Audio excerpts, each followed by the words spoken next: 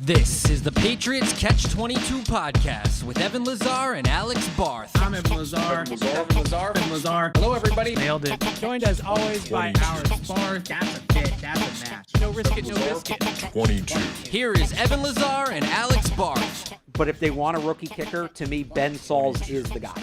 Ben Sauls. That's their kicker. Ben Sauls. There's your kicker. Okay, Better call Sauls. I am definitely in a much different spot in my research than you. Clearly. So I'm still in the top 100. And hang on real quick because I have his numbers. 6 of 7 from 50-plus last year, 21 of 24 total. Okay, there's your kicker minute. Ben Sauls. 22. I feel like we allow for the kicker minute, like the last 10 minutes of the show. When somebody asks about kickers, I'm like, all right, this is your time to shine. Well, I've given my take at this kickers. point. Better call Sauls. Better call Sauls. The Patriots do need a kicker. They do. You keep reminding me of that every time I do any off-season preview write-ups or anything Joey like that. Sly is a free agent. They do have Parker Romo, but Joey Sly is a free agent. We don't trust Parker Romo? Well, he just doesn't have a lot of experience. At least somebody to bring in for like they had last year. Somebody to bring in for competition. All right. I'm sure. Well, kickers, I believe specialists are Wednesday night next week at the Combine. Yeah, they're with that first group. On the on-field workouts, and then Thursday is when the position players start, the non-specialists start. So no, the defensive line and linebackers are with the kickers on Wednesday, I think. No. Or on Thursday. No, I don't think so. I think the specialists are on Wednesday night. Yeah. All right, I think it's something different this double week. check. This year. Anyways, semantics. The Combine's next week. My favorite week of the NFL calendar. And you are going, sir. So yes. This is your first Combine, right? Yes. Wait, you'll see what I'm talking about. The biggest reason why I love the Combine, it's just enough football that you get to do the football thing. Yeah. But you also just get to have a blast in Indy for the week, which is an underrated city, especially for an event like this. So overall, my favorite week of the year, you have just enough football. You can scratch that itch, but you also have, the Eaton's good. You go to St. Elmo's, you go to Prime 47. The after hours is good too at the bars. So that it's my favorite week of the year. I'm glad you're coming because you finally get to experience why I hype it up so much every single time. So hopefully it lives up to it. But today we're going to talk a little bit of Combine stuff, a little preview episode here. Some of the big storylines from a Patriots perspective, obviously, going into the Combine next week.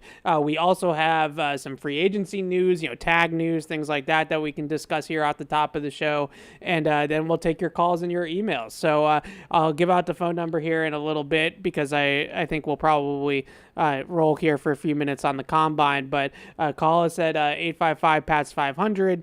Email address, TBX hotline. And then the emails is podcast@patriots.com. And hey, Patriots fans, you want to see Toyota's best offers, including those not seen on TV, go to buytoyota.com. It's Toyota's official website for deals from the official vehicle of the New England Patriots. Toyota, let's go places, and easy to drink, easy to enjoy. Bud Light, the official beer sponsor of the New England Patriots. All right, Alex, where do you want to start? Combine, franchise tags. Where do you want to start? I guess let's start with the franchise tag stuff because we can do that pretty quickly. Okay, so franchise tags latest, the franchise tag window is now officially open. I believe it's like March 4th or March 2nd where it closes, like right before the start of the league year. So the big news is that it does sound like T. Higgins is expected to get the franchise tag from the Cincinnati Bengals, and it seems like this is a placeholder for them to be signing him to a long-term contract, is where this seems to be headed. And I think ultimately, even if it's him playing another year or a holdout or something like that on the tag, or him signing a long-term extension in Cincinnati, it doesn't sound like he's getting out of Cincinnati this year, and he's certainly not going to be an unrestricted free agent. So it takes him off the board for the Patriots, which is a bummer. Obviously, there's a lot of different domino effects here where not only are they not going to be able to make a run at T. Higgins, but also now the other receivers on the board, Cooper Kupp in a trade, Chris Godwin, Stephon Diggs, Amari Cooper, like now those guys become the top of the board in the free agent market. So where do you stand with this T. Higgins thing? I guess I'm a little bit bummed out by it, but at the same time, I also thought even though they could throw a bunch of money at him, the odds of them actually landing T. Higgins on the open market, I still thought were lower percentage-wise, 10, 15%. So I'm not overly moved by it, I guess, because of that. I just never expected him to become available. Like, however it happened, I never was really expecting them to have a chance to do that. Now, it's all well and good to sit here in mid-February and say we want to sign, if you're the Bengals, and say we want to sign Higgins to an extension. Once you actually start putting numbers on paper, maybe it gets a little more difficult. And if you're the Patriots, I think you still check in. You see how those negotiations are going, right? And maybe he can still be had via trade, but it's via trade. It's different. Now you're giving up assets. It's not just money. But to me, like those names you mentioned, I think Chris Godwin, we talked about that. I think we talked about this last week. Like, Chris Godwin can give you some of that coverage dictating type stuff if he's healthy. He obviously kind of has an extensive injury history at that point. After him, these are guys with significant injuries or are up there in years or both.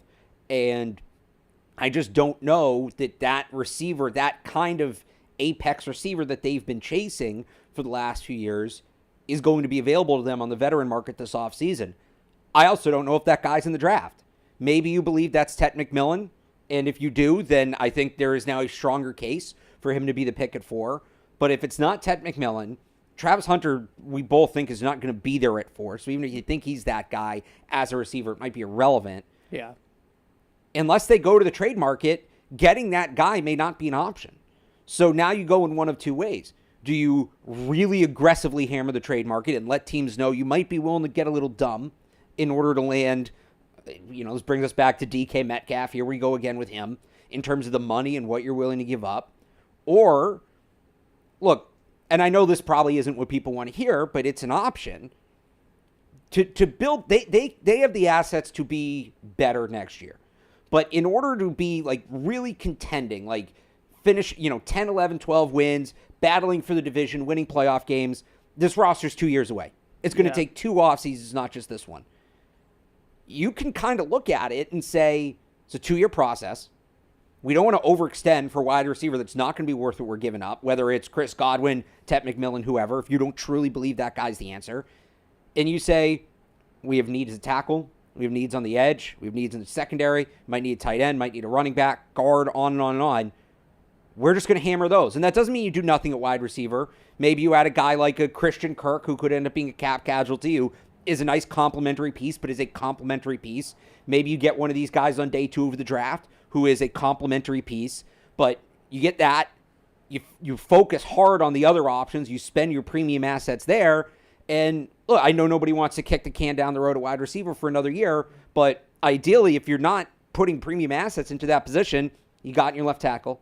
You got in a pass rusher, maybe 2. You added some depth in the secondary. Maybe you found a playmaker at tight end. Like, you have all these other ways you can go. And now next year, it's wide receiver, wide receiver, wide receiver, because you took care of just about everything else you needed to take care of. Again, I know that might not be a popular take, and I'm not saying that's the way they're going to go. But if T. Higgins is off the board, you look at who's left, and if they can't swing a big trade, I think that has to be an option on the table. Yeah, well, I guess I'm a little bit old school when it comes to roster building, and especially with the wide receiver position. I always view wide receiver as the finishing piece. I think that's the last piece that you drop into the puzzle. And once you have the foundation of offensive line, quarterback play, now you can go ahead and take the wide receiver, make that A.J. Brown trade, make that Stephon Diggs trade. Or just if you're picking in the top 10, next year, and we're a year away, so who knows? Yeah. Next year projects to be a better year for receivers in the draft. You never know who's going to be available on the veteran market. Like, next year, there should be...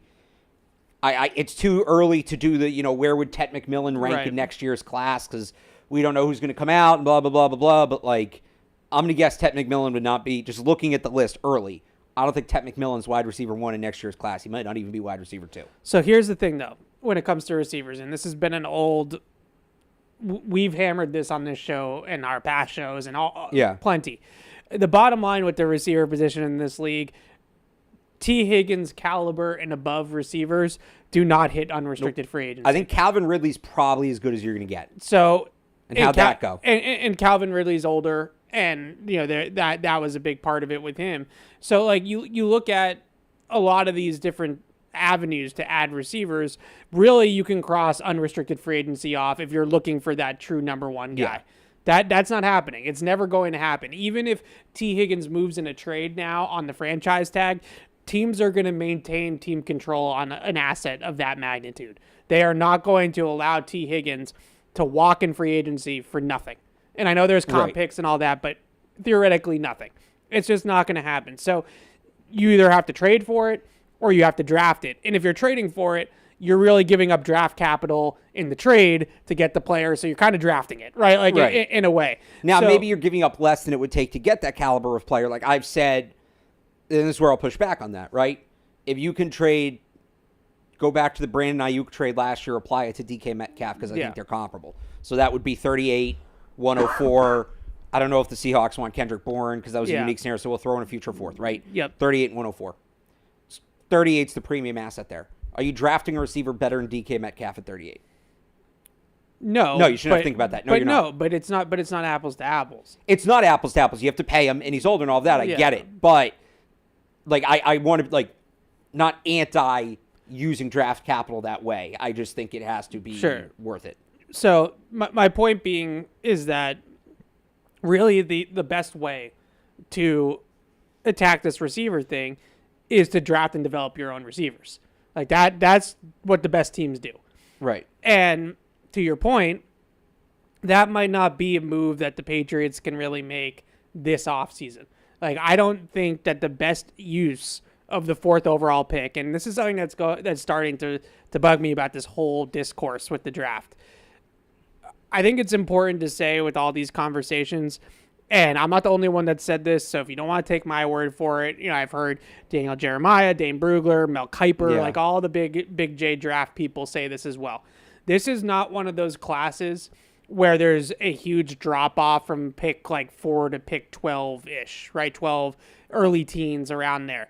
Okay, so every single player from let's call it Mason Graham and Will Campbell to like Mykel Williams and those guys that are probably going to go early teens, I would say are sort of in one big cluster together.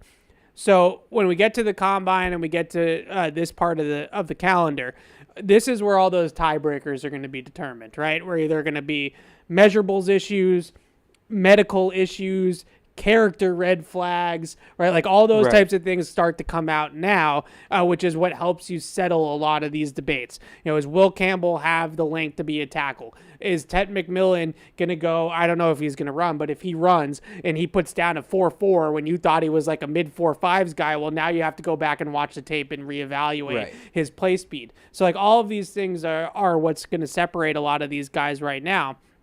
So the point I'm getting at is that as of right now, I don't think the best use of the 4th overall pick is Ted McMillan this year, because I think you need too much in the trenches to go that direction. I think that's, Bill Walsh, this is his old philosophy. The wide receiver is the last piece that you add to the roster, and I subscribe to that. So maybe wide receiver is better off next year. Maybe this year it's Darius Slayton just to get like a veteran in the room that's got some production in the league, and it's another day 2 draft pick, and you take another dart throw at somebody on day 2. I just published my tiers for the wide receiver position yesterday or the day before, and I really do like that day 2 tier. Like I think there's a decent amount of talent there, like the Iowa State kids, Jalen Royals, Alec Ayomanor from Stanford. Like I think there's a decent amount of talent in that group that there could be a Ladd McConkey. There could be a Terry McLaurin. There could be a Deebo Samuel. Like there could be that guy in this class out of that group. Now, you have to evaluate. You have to properly scout it. You have to pick the right guy. And you have to develop the player on top of that. All of that's all fair. But if I'm the Patriots in this particular draft, in this particular offseason, I'm not closing doors on making some home run trade for DK Metcalf or whatever the case may be. But I would look at it that way for this year. I would stress the trenches like we all want them to do for the most part. And I would add receivers. I'm not saying don't add receivers, and I'd add receivers with upside. But I would expect to maybe have that finishing piece, that Stephon Diggs, that A.J. Brown, that Jamar Chase in the draft level prospect, next year or maybe down the road in general. So T. Higgins off the board. It sounds like Chris Godwin, that his deadline for his deal to void got pushed right before the start of the league year.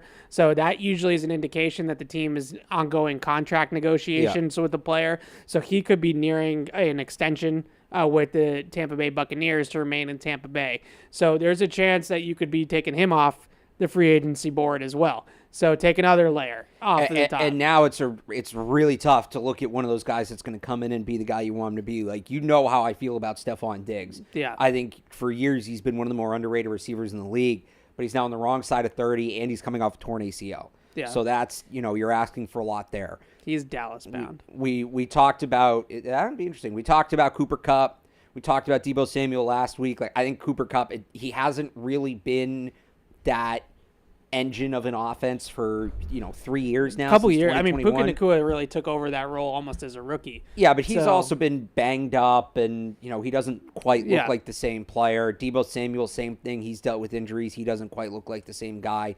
And then you're getting into DeAndre Hopkins.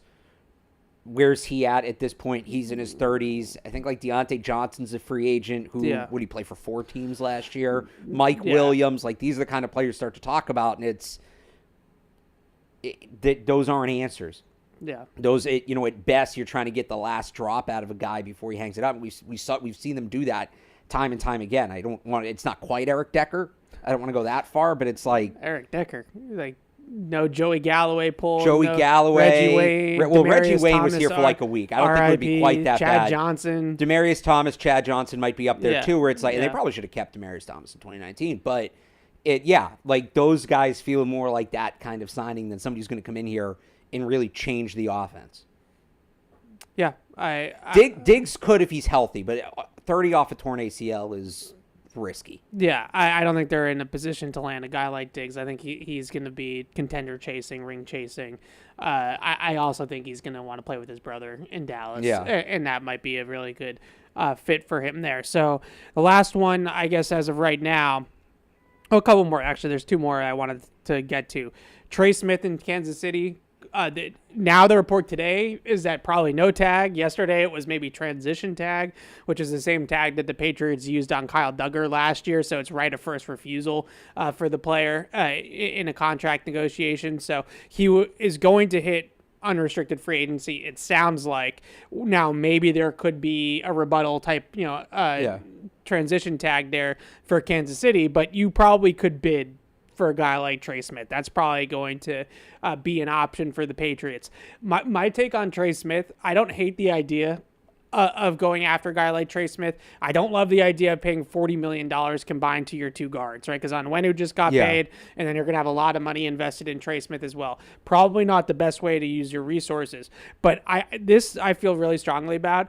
I am not convinced the Patriots have a starting left guard on their roster. I think other people disagree with me on this, and that's okay. But I have not seen enough from Layden Robinson in his rookie season to pencil him in as a starter. We all know the Cole Strange thing has been an up and down roller coaster. I don't know if he's going to play center. I don't know if he's going to play guard. I don't know if he's going to be available, right? All these things are problems. And maybe now that they get back to the downhill vertical run scheme a little bit, City So becomes a factor and is back in the picture here again under Josh McDaniels. But all 3 of those guys to me are still more or less unknown commodities. I don't feel good about going into next season counting on any of those 3. So I don't think the Patriots are set at left guard. I think it's far from it to me. Look, I'm with you on that. I know they have a lot of cap space. I get that. Yeah. But it is a finite amount. Yep. And if it's Trey Smith as your second or third best free agent signing, I can totally get behind that.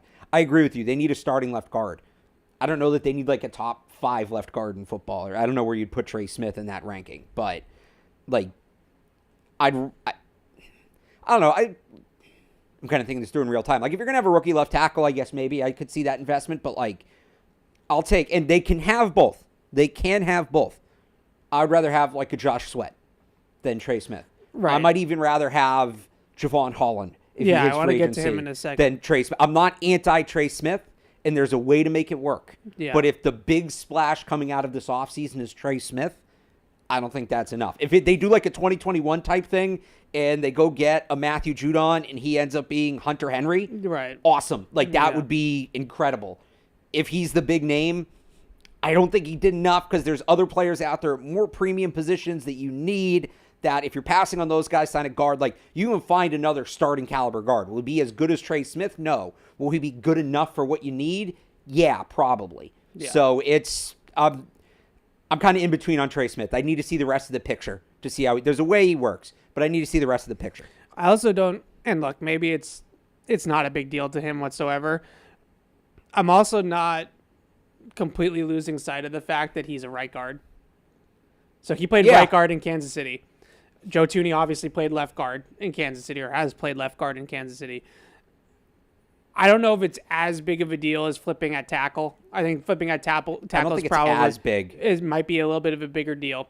But at the same time, we've done this before. We've seen this movie before. We flipped guys around. So now you're going to pay a guy $20 million to potentially pay him out of position. Did he play left guard like early in his career? Or am I imagining that? He's only played right guard in Kansas City, to my knowledge. I went back and clicked through PFF, and I'm pretty sure he's only played right guard. Maybe he played left guard in college. You know, those guards, it's different than That's tackle. Even further back. Yeah, guards is easier because you're still – it's about which way you're moving. Guards are moving. Well, it's also just like I think, you know, guards tend to cross-train a lot more than tackles, I would say, especially in college, and they flip around and stuff like that. So I'm not saying it's a deal breaker that he played predominantly right guard in Kansas City, but it's a factor. I think if you're going to pay a guy that kind of money, and then now we're gonna flip sides just like they've done with other people. You know me, I'm very anti-lineman flipping sides. Like, I think you play your position, but if it's doing it at guard is not easy. Doing it at tackle is a completely different beast. Like, it's not, it's a little apples to oranges. I will say this, I've seen some people say, can Trey Smith play tackle?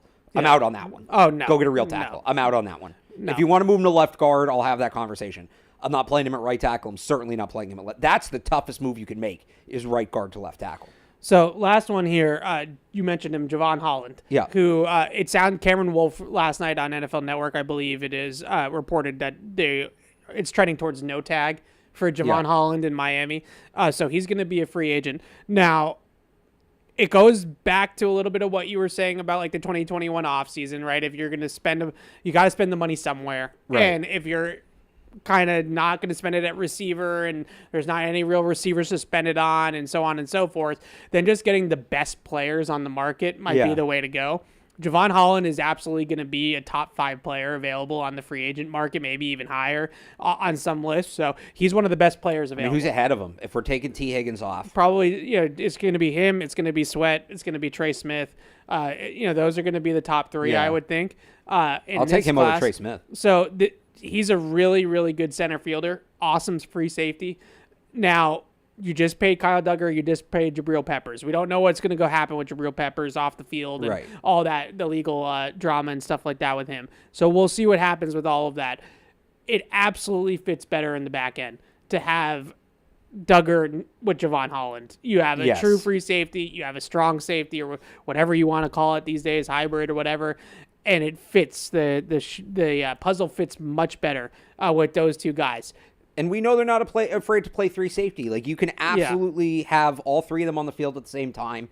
We've talked about them using some smaller, quicker linebackers now. Most of those guys are still 225. Kyle Duggar and Jabril Peppers are both around 215, but these are good football players. Like, can you do some stuff where they're essentially, it's not going to be full-time, but swapping into maybe those smaller linebacker roles. I just wonder if one of those guys, Duggar or Peppers, and obviously it's complicated with Peppers, so I don't know if this is how much you'd really get. I don't even know if it would be an option, but I'm not ruling out trading either one of those players. Okay, yeah, that's an option too. And signing a guy like Javon Holland, keeping one of those guys, right, and then having a much more, like I was saying, the puzzle fits a lot better in the back end together with those guys playing off of each other. In Tennessee, the Titans had Kevin Byard for years with Vrabel. And say that again? Kevin Byard? Byard.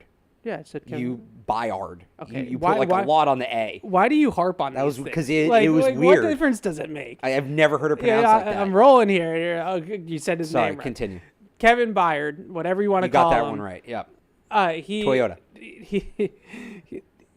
This guy, for a long time in Tennessee was Pro Bowl, all pro caliber safety, playing that perch up top, playing over the top of the defense. And I just wonder if Vrabel would look at Javon Holland and see a pretty similar player, because I do, and see a pretty similar skill set. I love the idea of going after Javon Holland. Now, it has to make sense. Like, you have to make that safety room work, and you don't want to have, just like we were talking about with guards, you're going to have $30-40 million invested in 3 safeties. That's a lot of money in terms of the roster building.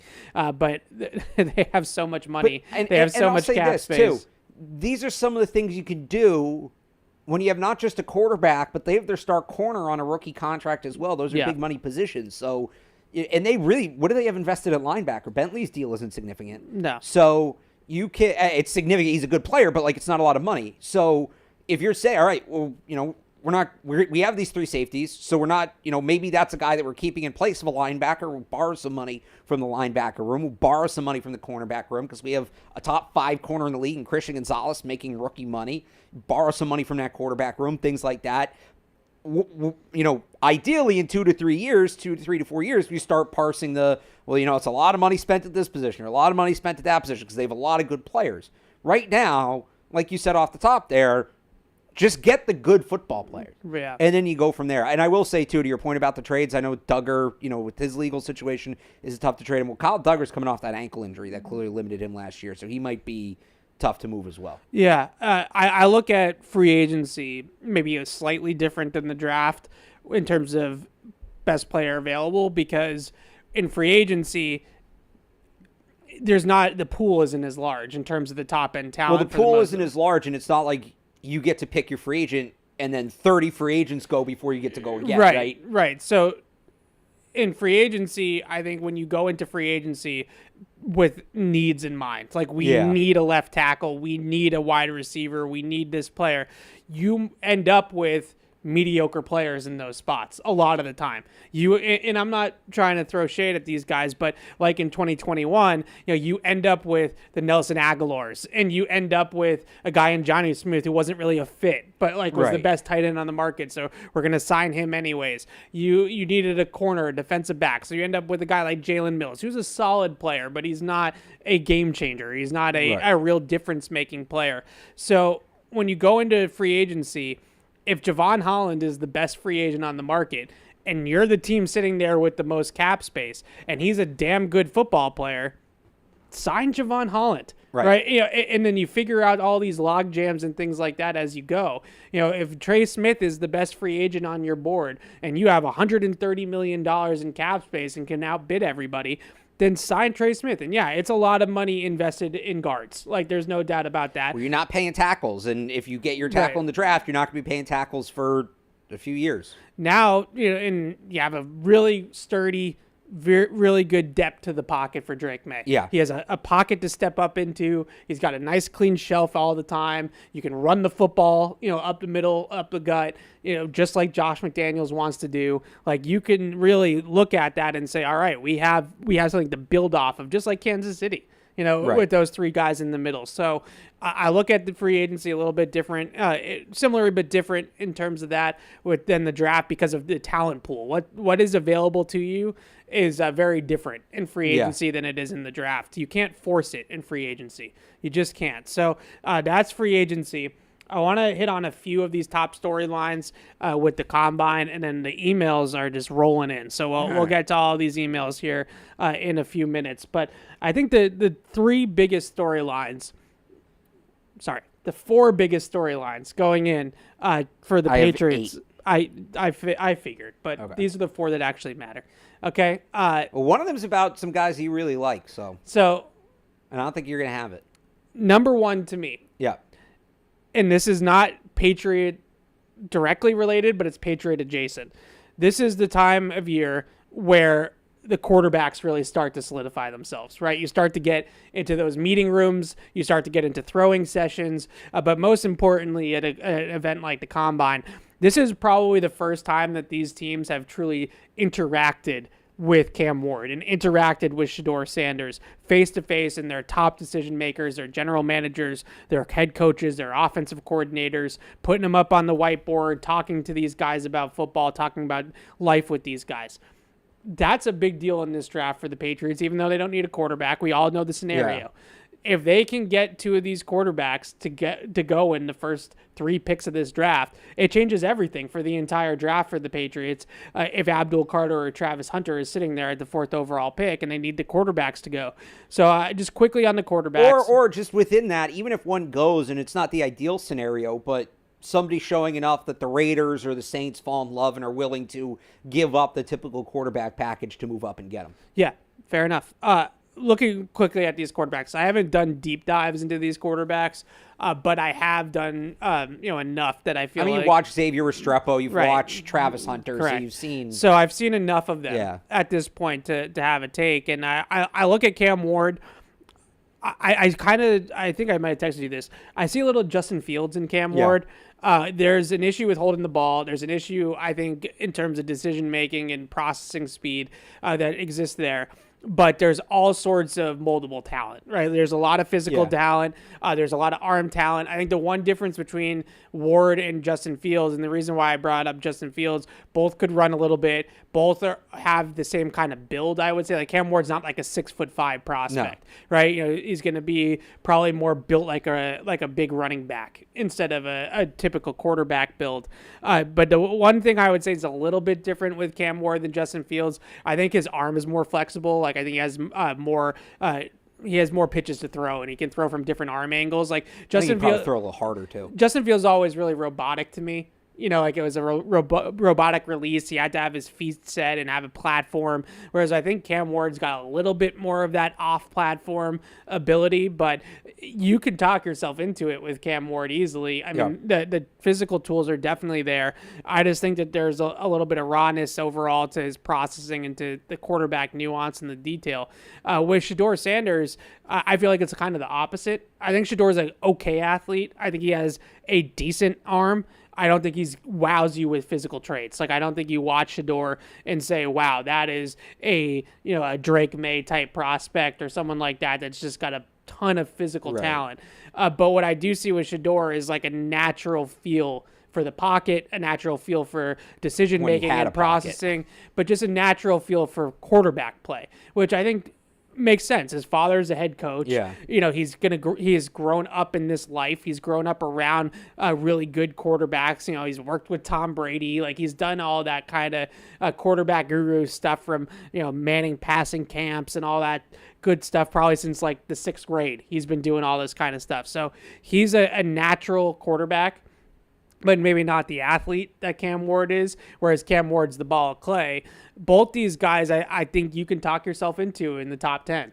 I don't think it's as blasphemous as maybe I thought like a month or 6 weeks ago that these guys could Kenny go high. Pickett and Malik Willis. Agreed. I think these guys are better than that. If I had to go with comps, like I said, Cam Ward reminds me a little bit of Justin Fields with maybe a little bit more freedom in his arm. And then I would say with Shedeur, I don't know how you feel about this, but I kind of see a little bit of Bo Nix in this game. Like I don't think so. I see a good athlete, but not a great athlete. I see a good arm, not a great arm, and I see some moxie and some toughness. So I see a little bit of Bo Nix in there with him, but overall, like Bo Nix went 12 or whatever it was last year, and Justin Fields I think was 10 or 11. So wait, to Chicago. You compared Shedeur Sanders to Bo Nix, but you also compared Bo Nix to Quinn Ewers. I don't think I've ever compared Bo Nix. You did last year. You did last year. I remember this. I very remember distinctly this. What What does it matter? Because Quinn Ewers and Shedeur Sanders are nothing alike. I don't think I ever compared Bo Nix. You did. I Quinn remember Ewers. it. Okay, I do. sure. But I don't know. I think Shedeur's a better athlete, and you're giving him credit for. I think he has a better. Bo Nix is a pretty good athlete. He had that offensive line in Colorado was atrocious. Yep. And he had to compensate for that a lot. And I think he did a good job of it, but it definitely impacted him at times. I'm trying to, again, I can't get behind Nix. I'm trying to think of a better comp. I'm going back to like quarterback classes in my mind right now. I feel like my comp with Nix, other than like the skill set part of it, is more just like how I view the ceiling and the floor of Shedeur Sanders. Like I think Shedeur Sanders, I think he can elevate a little bit. I don't know if he's a true elevator.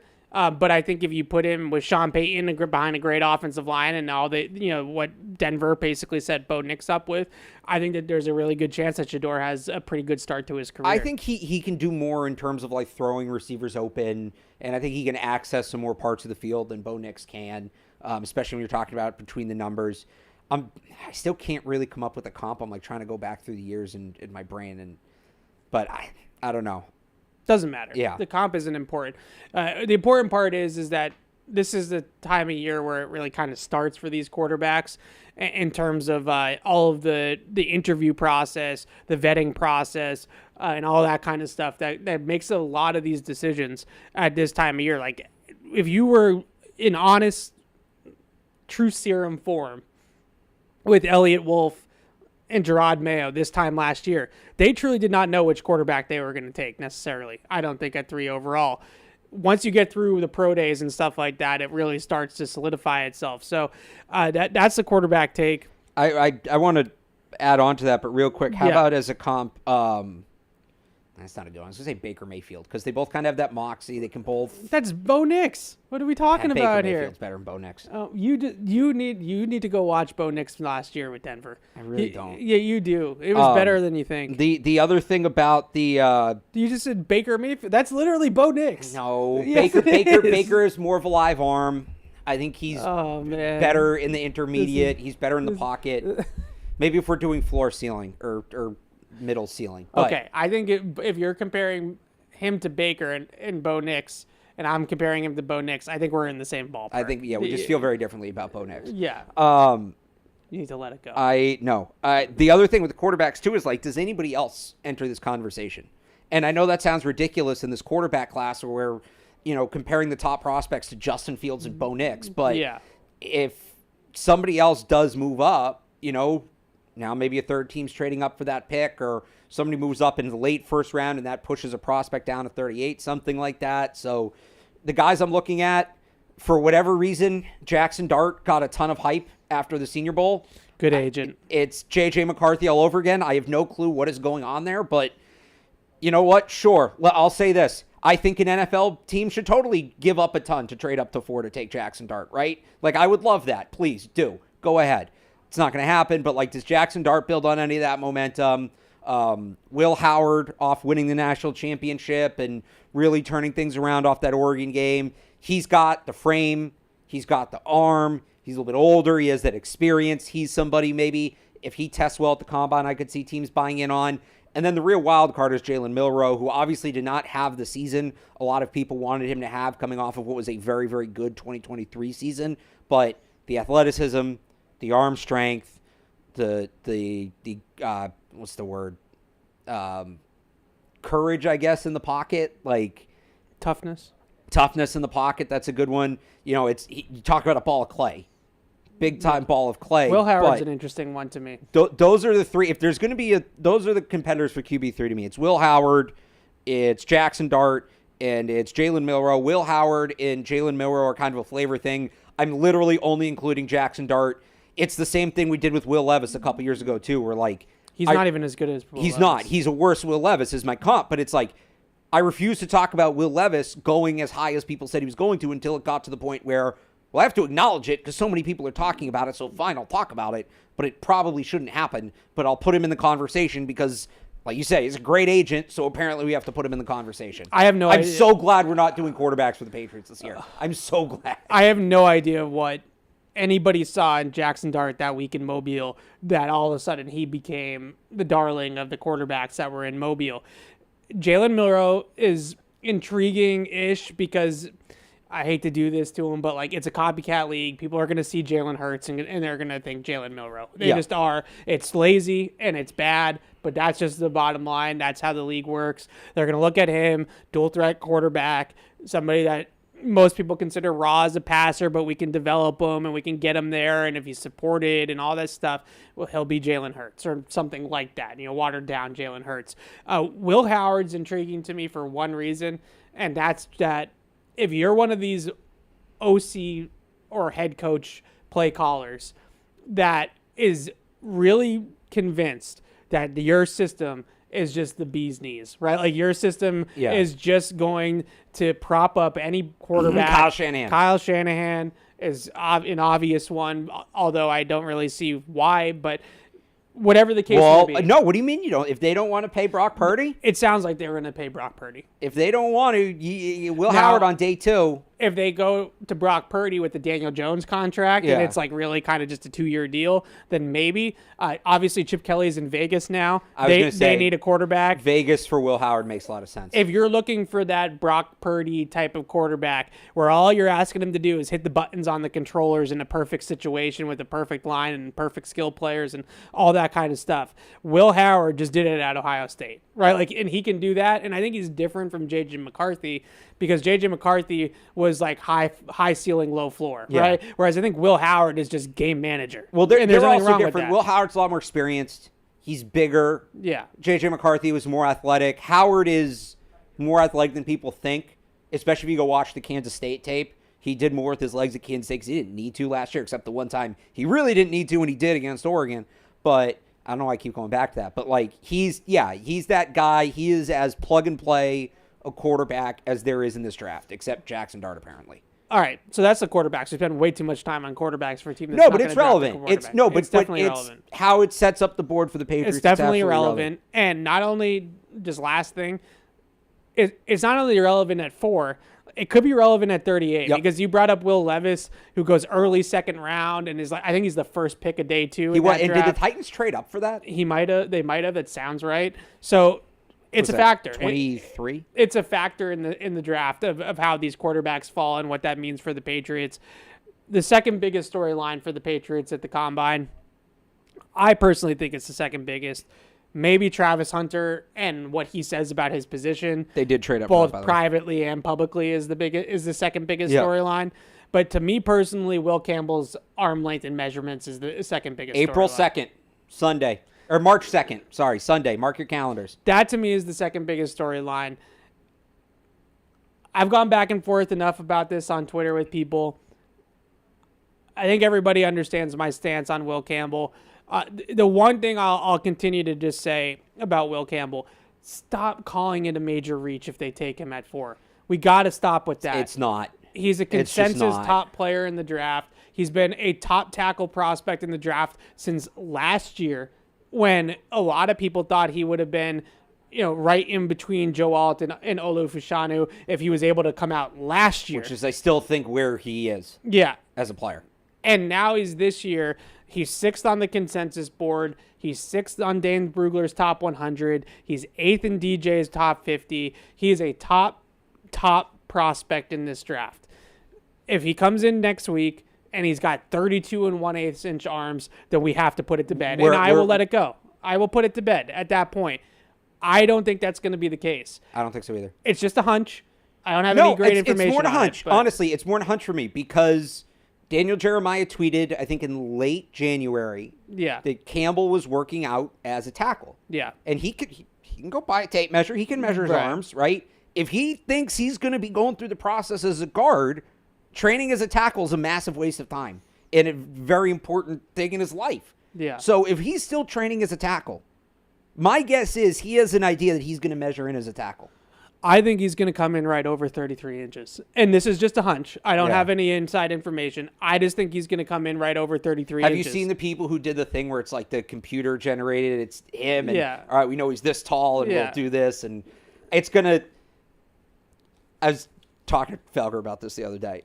He's going to come in at 32 7/8 because that's, for the content, that's where it's the best. Because if he comes in 33 or higher, he's a tackle. Yeah. 32 and a half or less, he's a guard. Yeah.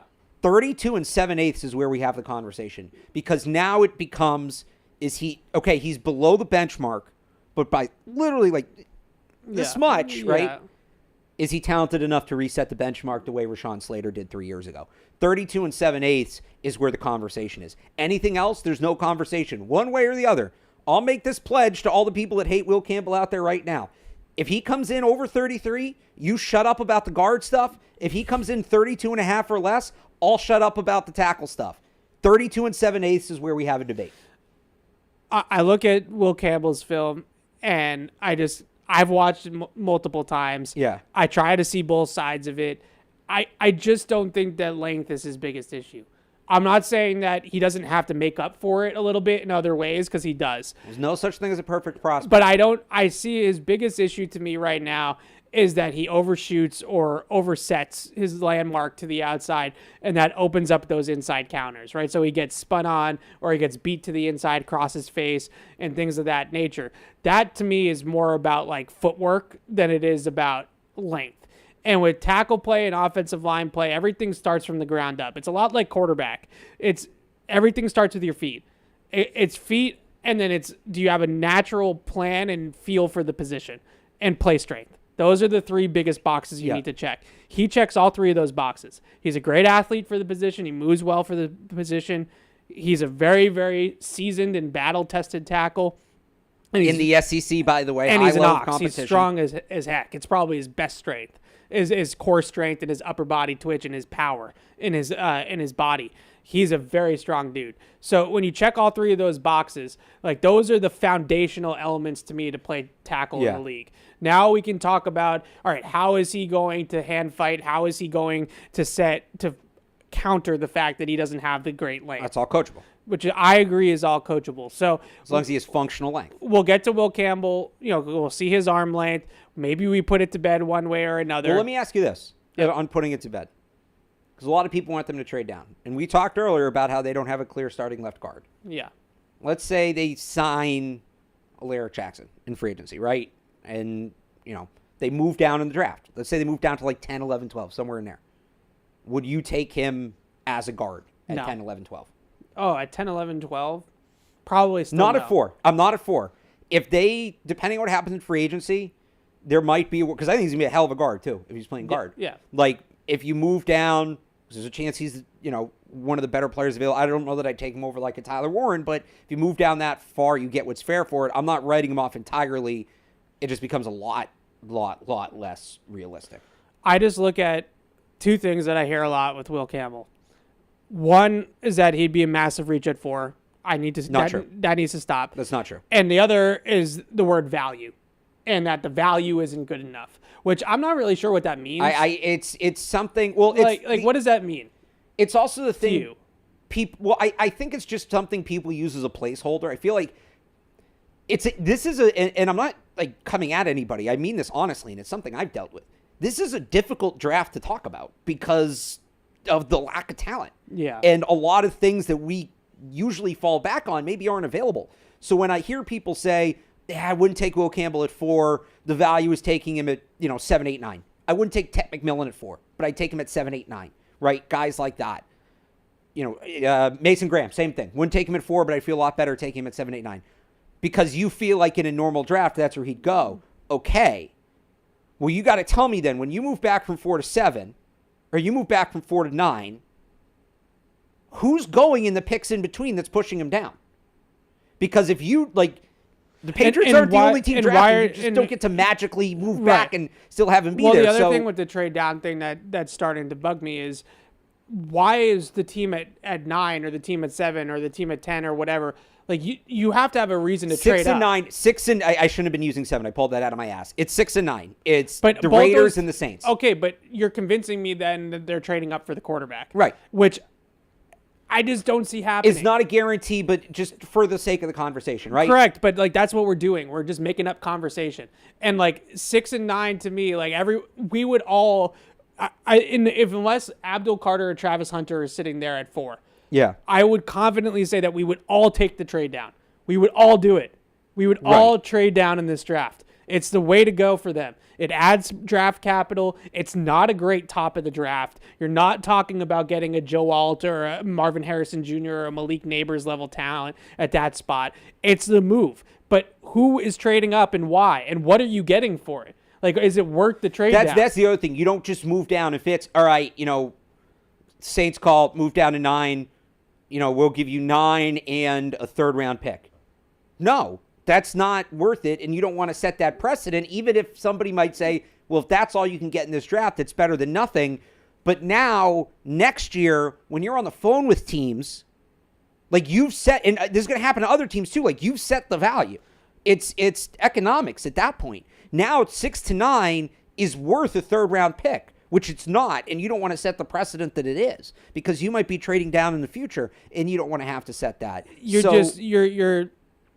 It just, to me, it just comes back to you have to look at it and say who is trading up and why are they trading up, and then to your point, who is going right, from even if 4 they to are 9 to make sure that you're getting Will Campbell at 9 now or Ted McMillan Right. at 9. Who are these mythical players that are going in between that, if there's nobody you feel comfortable drafting at 4 and 5 or 6 guys you feel comfortable drafting at 9, guess what? Those 5 guys are going between 4 and 9. Right. Like, that's who's going to somebody's going to fill that gap. So that part's really important to keep in mind that you're it's sixth, right? On Daniel Jeremiah's board, Will Campbell's 6th. He's 8th on DJ's and he's 6th on Dane Brugler's. Fine. Yeah. That's fine. And I don't know if he has the quarterbacks above them, but I don't believe you so. can almost just erase those guys if he does. Or if he has Genty above him, you can erase Genty. I think they both. Right? Well, that goes to my other point of best player available, and this is bugging me. Just take the best player available. And you know how I feel about this. Yeah. What best player available is a myth. Just saying I want the team to draft the best player available is a myth. Because what does that mean? If we were going to say, Evan, best player, okay, so we're ranking them out of 100, right? How good are they at their position out of 100? Is Ashton Genty a better running back than Mason Graham is a tackle? Yes. Defense tackle? All right, so according to best player available logic, we're taking Ashton Genty. Is Ashton Genty a better running back than, who else is it? I'll throw Will Campbell in there. Is Ashton Genty a better running back than Will Campbell is a tackle? Yes. Yeah. So as much as it pains me to admit this about a go back to last year. Yeah. If we're just talking about who was the best at their position, Torrey Taylor was the best player on the board by pick 5 or 6. Something like that. I don't remember exactly. A lot of teams passed on Torrey Taylor. A lot of teams didn't take the best player available. Now people are yelling at me, well, it's a punter, it's a running back. All right, well, now we're putting qualifiers on it. Now we're talking about positional value. So it's not best player available. And even within that, even if it's a guy at a premium position, and this isn't something the Patriots are necessarily dealing with this year beyond quarterback or maybe corner, you need a guy that's going to play. You need a guy that's going to have a path to succeed. So best player available really means best player available for the football team. That's not purely drafting for need either, because you can go in the too far in the other direction, and that's how you end up with, taking guards and, too high and running backs too high and things like that. You want a guy that is going to give you the bang for the buck, and that's where value comes in. But there's a happy medium there. Just saying you're going to draft the best player, you're going to be drafting punters and running backs, because usually 5 or 6 picks in, the most talented player on the board, punter, running back, kicker, maybe a guard, because those positions are devalued.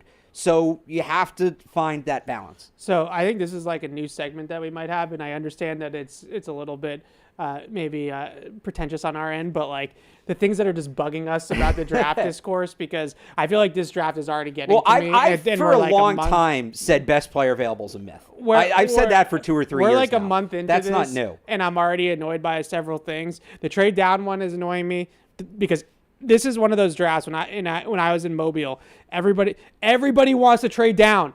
Nobody wants to pick in this draft. Everybody wants to trade down. Well, that's my other thing. You can't just be like, we're going to wait till next year. If everybody wants to trade down, then who is trading up?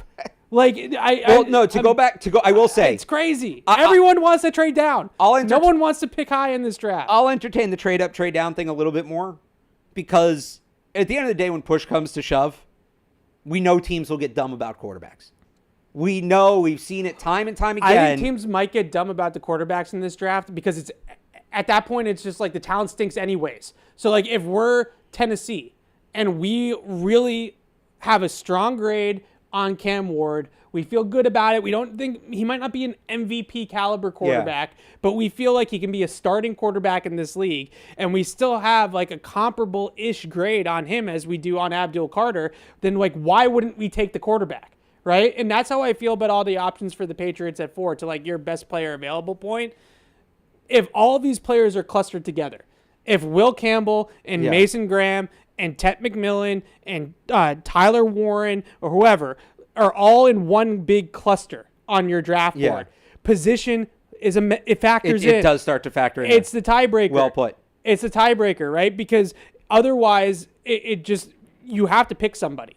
So to get to who you're going to pick, you're going to start to go to some of the things that maybe don't matter quite as much as the overall talent of the player, but are factors in the decision. Positional value, how he interviewed, how he measured, how his athletic testing, like all these different things are going to start to be the tiebreakers because all this talent is kind of condensed. And in this draft, I feel like that is so true more than any other draft I've ever covered, that from like 4 to 12, it's all kind of the same player. So now it's, do you need a tackle? Do you need a running back? Do you need a pass rusher? Right. Do you need a corner, Will Johnson? And like, we can what debate. We can debate what the biggest need is at that point. Like that's fair to do, and I think we both think it's tackle. Yeah. Of those edge rusher, I might have that conversation, but to me, it's at that point position does factor in as well. But I'm not ruling out the trade down entirely. I'm not. I'm just telling you that I get that. Everyone wants out of this draft. I get that, and then does. suddenly you're a GM, and the owner is really breathing on you. Who's our quarterback going to be this year? Correct. And maybe you get some intel. You're the Saints at 9. That what are the Jets at 7 or 8, whatever. 6 or 7. The Jets are hot after one of these quarterbacks. Now it's all right. We got to make ownership happy. We got to save our jobs. We need this quarterback. We got to move up. Like that can all. I will never rule out teams being stupid about quarterbacks. I will never rule that out because I've seen it happen too many times. I was told last year ad nauseum, it was yelled into my face, that Michael Penix, there was no shot he was going to go in the first round. He was QB4. He went in the top 10. And I'm not saying that was a dumb pick. I liked that pick. The J.J. McCarthy one was dumb. And that's the one where I was wrong, where I was like, I think teams will get it right. And they didn't. They picked him too high. So quarterbacks will always fly up the board. Will they fly up enough that it benefits the Patriots in either pushing down Carter or Hunter, or at least they can get a significant trade down out of it? That I don't know. That is where maybe it's a step too far. But the quarterbacks are going to go higher than people think. They're going to be valued more than people think. A couple of the tier 2 quarterbacks that we just talked about are going to get talked about as top 10, top 15 picks. They might even end up being that because that's what generally happens with this league in quarterbacks. So I'm not saying that any of that is correct from the team's point of view, but I've seen it happen too many times. I'm not ruling it out. Okay. Next point on here for me in terms of the combine, now that we've gotten all that off our chests and I digress on those points. Josh Simmons. So medical rechecks, yes, that's big time this time of year. My guess is that teams that are interested in Josh Simmons will also have him in for 30 visits to get their own medical staff on location to go through the knee as well. But his torn patellar tendon in his knee, I don't remember if it's left or right. I think it's right. Is the Cole Strange injury. Yep. So Cole Strange missed an entire calendar year of football. It is worth noting. Didn't he say he had a setback?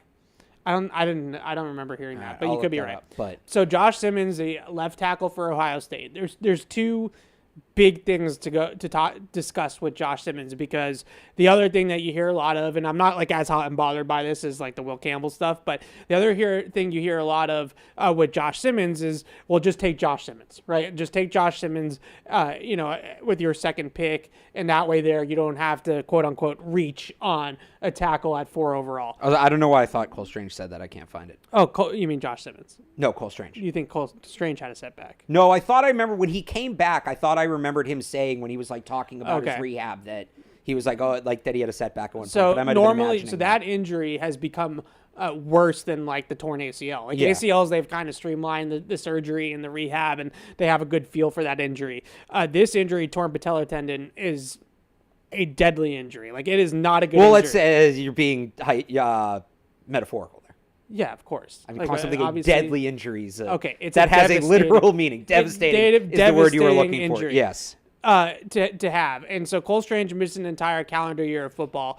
Josh Simmons was injured in November of last year, which means that at best we're projecting him to come back in November of this coming up season to make his NFL debut as a rookie, right? So in all intents and purposes, if you're drafting a guy like Josh Simmons as of right now, And there'll be a report next week from somebody that he's way ahead of schedule, because it always is what happens. You know, the agent puts it out there. I think his agent's Drew Rosenhaus. He'll put it out there that he's way ahead of schedule and make it known that he's, you know, going to be healthy and ready to go.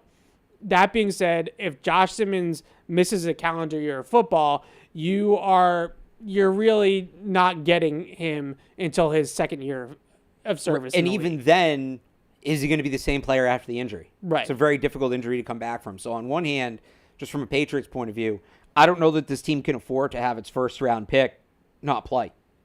Like, they need to be better, and the first-round pick's going to be a part of that, and he's not going to play. And then on top of that, are you getting the same player? Is there risk of re-injury? All of that. You know, I've compared it, and this is a little bit extreme. I've kind of compared it to Dominique Easley. Yeah. Now, at the time, the Patriots were in a position to take a player like that because their roster was incredibly deep and they were picking at the end of the first round. And how do you get a guy who was a top 15 talent at the end of the first round? Medical red flag. Malcolm Mitchell was the same thing. Was much more talented than his draft slot, but had a history of injury. You take a significant risk when you take players like that. And I hear people talk about, you know, with the talent, you know, there's not a risk because the talent, blah, blah, blah. He's very talented. I get that. The medical thing is separate. Well, if he was healthy, but he's not. Yeah. And you need to evaluate him that way. I had a couple other players, too, for the medical checks. So the other thing that's big with Josh Simmons that I just wanted to point out, I think this has to be part of the conversation. Josh Simmons played 5 games last year for Ohio State. He played junk. He played nobody. He played a terrible, you know, typical big-time college program opening schedule, right, where he's playing, you know, really just not at, like, high-level competition. Yeah. So he absolutely dominated bad competition, okay? His best competition, I think he played Iowa and Michigan State, which were 2 not very good football teams. Didn't he get hurt against somebody good? He got hurt against Oregon. Yeah. In the first half against Oregon. He played like 20 snaps against Oregon. So if you want to draft a player in the first round based off of 20 snaps against Oregon, then be my guest. But my point that I'm getting to with Josh Simmons, his tape took a really big leap from 2023 to 2024. The problem is that once Ohio State got to the meat of the schedule, he was hurt. So we have no idea what he would have looked like against Michigan, against the teams they played in the college football playoff. Like, we just don't know if this tape that was dominant for stretches at the beginning part of the season, would it have held up against better competition? We'll never know. Right. So not only are you taking an injury risk on the player, but you're also projecting that this was all real, that was all real and all substantive in terms of his tape last year. That's a pick to me with Josh Simmons, as intriguing as the traits are and as intriguing as the prospect profile is with him. If you're Kansas City, if you're San Francisco, if you're one of these teams that can take on a little bit of risk because you have the talent in other areas to take on that risk, this would be a classic dynasty era Belichick pick, right? We're going to take Josh Simmons. He might not play as a rookie, but in year 2, we're going to have a franchise left tackle. And guess what? We have Matt Light, like, on the last year of his contract to play next season. Right. It's exactly what Bill would have done if they were picking 32nd in a draft. He would have taken a chance on a guy like this. You know, obviously I hope it works out better for Josh Simmons, but, like, it's not all that different than, like, Dominique Easley. Right? Yeah, I just said that. Yeah. Oh, did you? Yeah. When hosts don't listen. And I've been saying it for like 3 weeks. What the hell? So I texted that to you. So it's like Dominique Easley, right? So all of these things add up to him going to a team like that. For the Patriots, I just don't think it's a very safe pick for them. I don't think it makes a whole lot of sense. But his medical recheck will happen. We'll see what the knee looks like. We'll hear from Ian Rappaport that he's 6 months ahead of schedule, and we'll talk more and more about Josh Simmons as we go.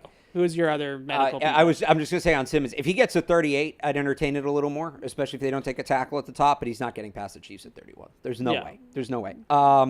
The other injury guys, his teammate, Seth McLaughlin, who was the center there at Ohio State, was a starter at Alabama, was a starter at Ohio State. He got hurt a little later in the year, tore his Achilles, so that's another very significant injury. Yep. But unlike Simmons, this is a guy that is projected to go 4th, 5th, maybe even 6th round, somewhere middle of day 3. So at that point, yeah, you can take on the hit of a guy not playing. And, you know, the other part of that comparison we made with Josh Simmons, like you said, you know, we have Matt Light to take over. You still have David Andrews for a year. Yeah. So Seth McLaughlin can learn behind the scenes. You take him in the 5th round. Benjamin Morrison, corner from Notre Dame. He dealt with an injury at the end of the year. Bryson Nesbitt. Yeah. His stock was a little lower because of injury. And then the really interesting one, I've actually gotten some questions about this guy the past couple days because I think people are starting to look more beyond the first round. Siobhan Revel from East Carolina was a transfer.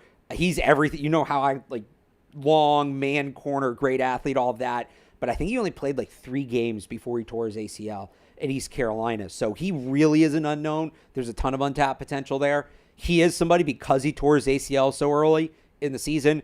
I don't know that he's making it on the field like day one of camp, but he is going to be able to play as a rookie. He would be, if his medicals check out, the Patriots want to get aggressive at corner. If he does fall to 38, and maybe he doesn't, if the medicals don't check out, if the medicals do check out, but like if he's somehow on the board at 38 and the health is good, would be a very interesting player for me. Yeah, the only other guy that I, just because I watched him recently, actually, yesterday, I don't think his injury is major, but Cameron Williams from Texas, the right tackle, he had that knee injury in the college football playoff. Yeah, that was just a sprain. Yeah, but it seemed like that was maybe more severe than what they initially thought, and he kind of gutted through it for the sake of the college football playoff and played terribly, but that's not his fault for playing badly. Jack Sawyer's very good. He did a lot better against Jack Sawyer, or not Jack Sawyer. It was the Georgia tape. So they played Georgia in the regular season, and he was a lot better in that tape than he was later in the college football playoff. Still not like in love with him, but that's the other thing too. He's also a right tackle. I meant to bring up with the tackles. It's hard in this class to me to find a day 2 tackle that I love. I'm not crazy about any of them. I think Josh Connerly is the best out of that next wave, but I think he's going to go late first. Same with Ursary. He might go mid first. Ursary's good, but Ursary has all the issues that big hulking tackles like that have with his foot speed. Yeah, but you said yesterday you think he has franchise starter upside. I do. I think he could start in the league at left tackle, just because guys that big that have his movement. But it's weird, his movement like translates to the run game. But he's not as graceful in pass protection. He's a lot more lumbering when he's in his pass set. When he's run blocking, he's like really athletic for his size. In pass protection, not so much. And then you get to like that like Donovan Jackson from Ohio State is a guard, not a tackle. He looks like a guard playing tackle through and through on his film, all over the place. You know, Gray Zabel, guard, Wyatt Milam, guard, center potentially. So last year you had that Kingsley Sumatia, Patrick Paul, Roger Rosengarten. Yeah. Like you had a nice little day 2 tier in there. Obviously the Patriots ended up taking Caden Wallace with the last of that tier. This year, I don't think that depth is as strong as tackle as it was last year, probably because you don't have the Alts and the Fashanus and the J.C. Lathams and you don't have those guys pushing them down. I will say this, though. The run on tackles, this is a theory I have. Yeah. The run on tackles last year was not an anomaly because there's such a shortage at the position. I think this is going to become a norm. Once the tackles start going, they're going to go. And so some of those guys you just mentioned, like, maybe we don't love, but they're going to go higher than we think. Yeah. I think this is until we get balanced back out and this tackle shortage ends, which who knows when that's going to be. I think this is going to become a thing where we're going to start seeing tackles go much earlier than we expect, and we're going to see these runs on that position on day 2. Hopefully the Patriots don't miss it this year. They missed it last year. But I don't think that was an anomaly. I think that that's going to kind of become the norm. Next storyline here for me. Yeah. I mentioned it briefly before, but all eyes are going to be on Travis Hunter's podium when he goes up there and he answers questions about what position he wants to play, what position he's going to play. Teams obviously privately are going to have conversations with him about their plan or their vision for how they would use him in the NFL. It's a big week for Travis Hunter to present himself in this way and kind of make his pitch to play both publicly and more importantly privately of how he wants to be used at the next level. I released my tiers, like I mentioned earlier, with the wide receivers. I still think Travis Hunter is the best receiver in the class. I've been pretty consistent with that. I would play him at wide receiver. Maybe that's a little bit of Patriots bias because that's the bigger need. Well, I think it depends on the team. I would play him at wide receiver, period. What if you're like, and he's not going to fall this far, but like if you're the Eagles, who are loaded at wide receiver and need corners. Like, I guess. I guess. If look, at the end of the day, if you want to be really specific about it, how many teams are going to have a shot at him? 5, if we're being generous. If that. So, what it all it's, and I've had the same take on him the whole time. What it comes down to with Travis Hunter is how is he going to be more impactful for your football team? And I just personally feel like he'd be more impactful playing wide receiver. I think that's a given. Like, everybody keeps on throwing at me because I'm, big Will Campbell guy. What Dante Scarnecchia has said about scoring touchdowns or sacking the quarterback. Where is covering receivers in that equation, right? Pick sixes. This is a guy that scores touchdowns on offense. Had 16 of them last year with Colorado. This is a guy that makes big plays on offense with the ball in his hands at the catch point. He is a very, very good receiver. Is he a better corner on film? Yeah, probably. But, again, where is he going to make the biggest impact on the football team? It's going to be a wide receiver. I'm really interested to hear what he says about it. He's listed as a defensive back. I don't want to look too much into that yet. I think that's just logistics. Yeah, and we'll see what happens, what he says. But the Travis Hunter of it all is a big-time storyline. I'm going to throw one more kind of sub-storyline in that. And you wrote about this guy too. He's not the only one that I think the position question is relevant. Yeah. Savion Williams. I liked Savion Williams a lot. But I'm terrified That's of Savion so not Williams. your guy. Well, you also like Trey Harris. What is going on with you? I'm terrified of Savion Williams. You should be. But you should like him and be terrified of him. The thing with Savion Williams, and I put him in that role specific tier because I think that's what it is. You have to have a creative plan and usage. It's a lot. We talk about this all the time with guys like Jonnu Smith and things like that. Now, Johnny Wilson. The difference between him and a Jonnu Smith with Josh McDaniels is Josh McDaniels had Cordell Patterson and made Cordell Patterson a viable player for the Patriots in 18 was that? 17, 18? Somewhere. He won a Super Bowl, right? Somewhere around there. No, it was when we were covering the teams. It was 18 I want to say it was 18 because he had the kick return in Chicago. Yeah, 18. 18. Yeah. So they were a step ahead on Cordell Patterson running back. Yeah. They should take credit for that. They did it first. Yeah. They put him at running back first. So if you see a guy like Savion, I'm not taking Savion Williams and expecting him to be any sort of savior. I don't even know if I'd take him in the top 100. But if I might take him in the third round. If he's there at 104 for them in the fourth round. Oh, that's a no-brainer. No-brainer. I think he's a big-time playmaker. And I think he's a little bit more fluid than Cordell Patterson. Maybe not as explosive in a straight line, but I feel like his route running, he's got a little bit more sink and wiggle to his game. I'll be interested to see if he does any of the running back on-field drills. Yeah, that would be interesting, and I think that would tell us a lot. I figure he's going to go. He's listed as a receiver, right? I believe so. So he's going to go through that, and I would expect him to do the receiver drills, and that'll be interesting too, because his route running is a big question. But yeah, his hands are terrible. That I think is the biggest question. Does he do any of the running back stuff? There's a chance the gauntlet is ugly if he goes through the gauntlet. Maybe is there 104? So he's got running backs do the gauntlet too, don't they? Do they? I don't remember. I think so. He's a body catcher. He's got bad drops on film. He's got some bad drops on film that almost lead to interceptions. They just bounce off his hands and pop up in the air, and guys are around the ball. So you need to scheme touches for this guy, right? You need to get this player into space. But if they let him, they use him like Patterson with the Patriots at the end there with Patterson, I think there's a chance that he's a viable player for you, an offensive weapon. It's just going to have to be creative. So that's a good one. Good shout with Savion Williams. You're surprised I like him. I am. That's not your kind of guy. He's fun. He's fun. He's a fun player. To be clear with Trey Harris, because a couple people brought this up to me, I like Trey Harris, but that's not my kind of guy. And if I had to bang the table for anybody in that tier, it wouldn't be Trey Harris. But I watched his film and I was like, okay, I can see it. I can see the ability there. A lot of his yards and a lot of his big time production came against garbage defenses. But regardless, you can see the movement and all that kind of stuff. I told you, I think my favorite guy from that tier, other than the one other guy I want to bring up in a second, is probably Jalen Noel.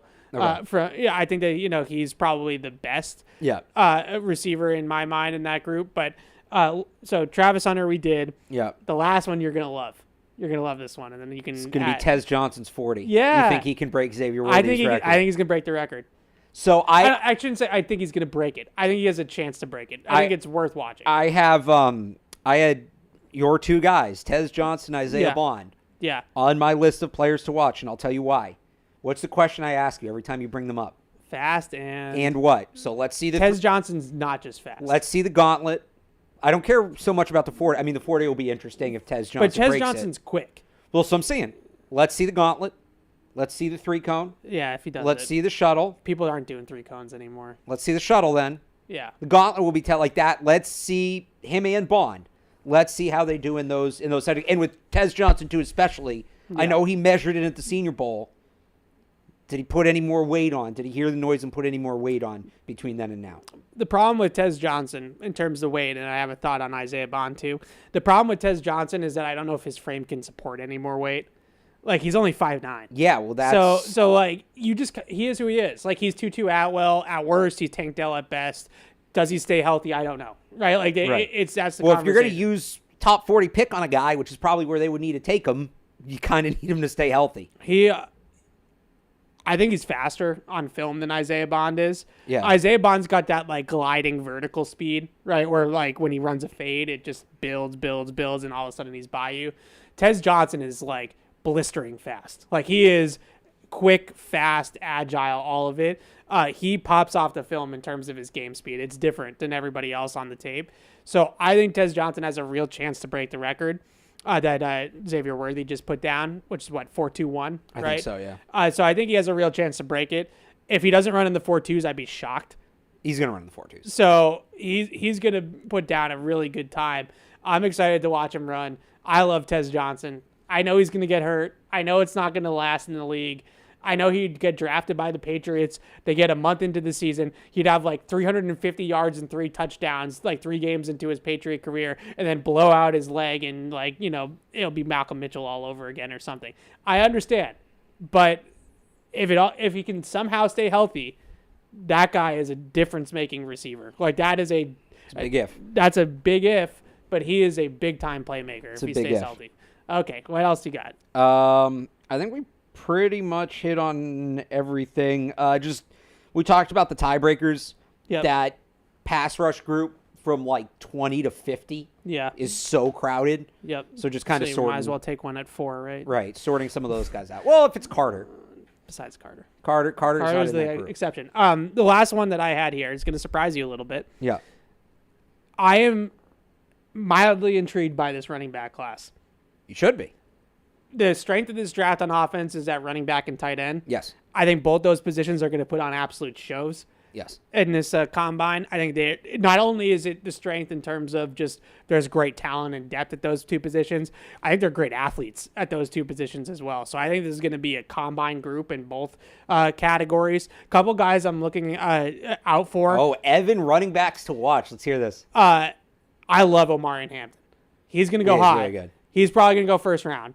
So he might be way out of the Patriots. I don't know about that. I think that's coming from me. I think he might be RB2 in this class. Shouldn't be. He might be. You're right. He shouldn't be, but he might be. He's very, very good. Shout out to, it's Jeremiah, right, who had 3 running backs in the first round? That's how you do a mock draft. I have to think that 2 things. I say it all the time with him. I'm biased because I saw him at run routes at Drake May's Pro Day. I loved what I saw, and I think Drake loves him. So there's going to be that element of it, maybe. It's probably too high for a running back. Who's the running back from, is it Kansas? Devin Neal was the other guy at the Senior Bowl I was really impressed with. Really good burst to the edge. I think he's going to put down maybe not like the greatest 40 time, but like those 10-yard splits. He's going to have a good 10-yard split. He gets going. Agility, I think he's really smooth with the football as well. So those are the 2 running backs. I mean, there's obviously 100 running backs, but on the top of my list. I'm still fascinated. I can't get over Ollie Gordon. Ollie Gordon's 2023 at Oklahoma State was so dominant. Yeah. He was so good. And I know he took the step back last year, but just looking at it in the big picture of what Oklahoma State football was last year, he was never in a position to succeed last season. And I got it frustrated him and all of that. He is a rare build at that position. He's faster than people realize because he's so big. I don't think people, he doesn't look as fast on tape as he actually is. And is he James White? No, but he's functional as a pass catcher. Yeah. I just think he has so many great traits, and we've seen him be a bell cow back. He was that Oklahoma State team in 2023.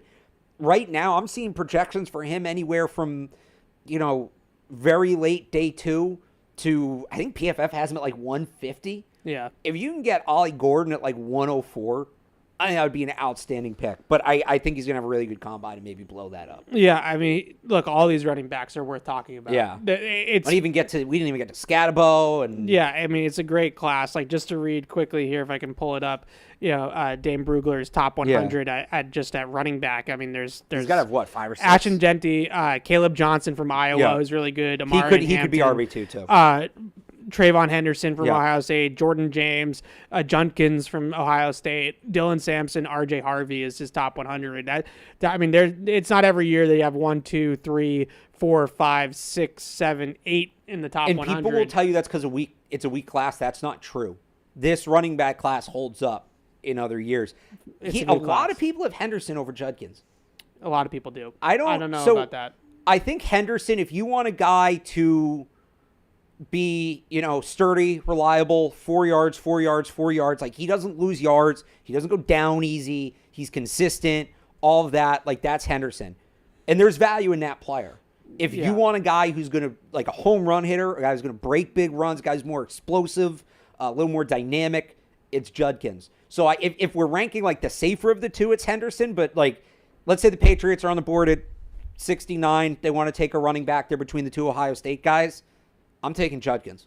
I'm taking Judkins between the two of them. Yeah, I tend to agree with you based off of the playoff, too. I thought that he looked like a game changer. There's a place for Henderson. Henderson's really good, too. But, if you want to try to copycat league, right? Yeah. If you're trying to find the next Saquon Barkley, and I'm not saying Quinshon Judkins is Saquon Barkley. If you're trying to find that kind of back, Judkins is much closer than Henderson is to me. So, running back, tight end. Yeah. Tight end, again, another position that's absolutely loaded in this draft. I think there's playmaking tight ends, there's blocking tight ends, there's like guys that can kind of do a little bit of both, like Tyler Warren, and then there's also just straight up receiving tight ends, like a Colson Loveland if you want to go first round. But then beyond that, I think there's a lot of guys that are also in those two categories, and it's become like, is he the Gronk archetype or is he the Kelsey archetype, right? Like, those are like the two groups of tight ends. This class has them all. The guy that I'm really I would say, and then there's the Kittle type. Yeah, but yes, you're right. But people don't give Kittle enough love. No, but like that more like H-back move tight end. So the guy that, and funny that you mentioned that, the guy that I'm really interested to see, I wasn't wowed like I wanted to be at the Senior Bowl, so I'm interested to see Harold Fannon's testing. The fact that I get it was at Bowling Green, and I get they probably didn't play this like murderer's row of a schedule. He did have a really good game. They played one Power 5 team. He was good. I think it was A&M. But 1,500 yards at tight end in college football is unheard of. Like, that's absolutely unheard of. I think he's going to be a great athlete as well. Obviously Elijah Arroyo is coming off the great Senior Bowl, but I think that he is kind of like a finesse tight end. Like, I think that's going to be a setting where he's going to do really well in. Mason Taylor, similar. Is it Jason Taylor? I always get Jonathan Taylor and Jason Taylor. Jason Taylor's son, also more of like a pass catching tight end, but he's really athletic as well. Gunnar Helm, like this is a really good class. It's a really good class at that position, and I think that they'll also impress. Yeah, I'm interested to see Nesbitt. Like, I get he had a rough year, and that knocks him down some. I'm surprised he's been knocked down as far as he has. So I'll be interested to see if he can build that back up at all. All right, so that's the Combine. I'm sure we'll have plenty of questions about the Combine, but I want to get to your calls and your emails. The emails, Barth, are just, we're inundated with emails, so we'll try to get through as many as we possibly can. But confidence, it's important to have when you're on the road with Bridgestone tires on your car, truck, SUV, or minivan. You're riding on your tires you can trust. Bridgestone tires are engineered to give you peace of mind so you can focus on enjoying the journey. So whether you're on your morning commute, a cross-country road trip, or a relaxing Sunday drive, Bridgestone tires will be with you wherever life's roads may lead. Bridgestone, solutions for your journey, available now at Sullivan Tire.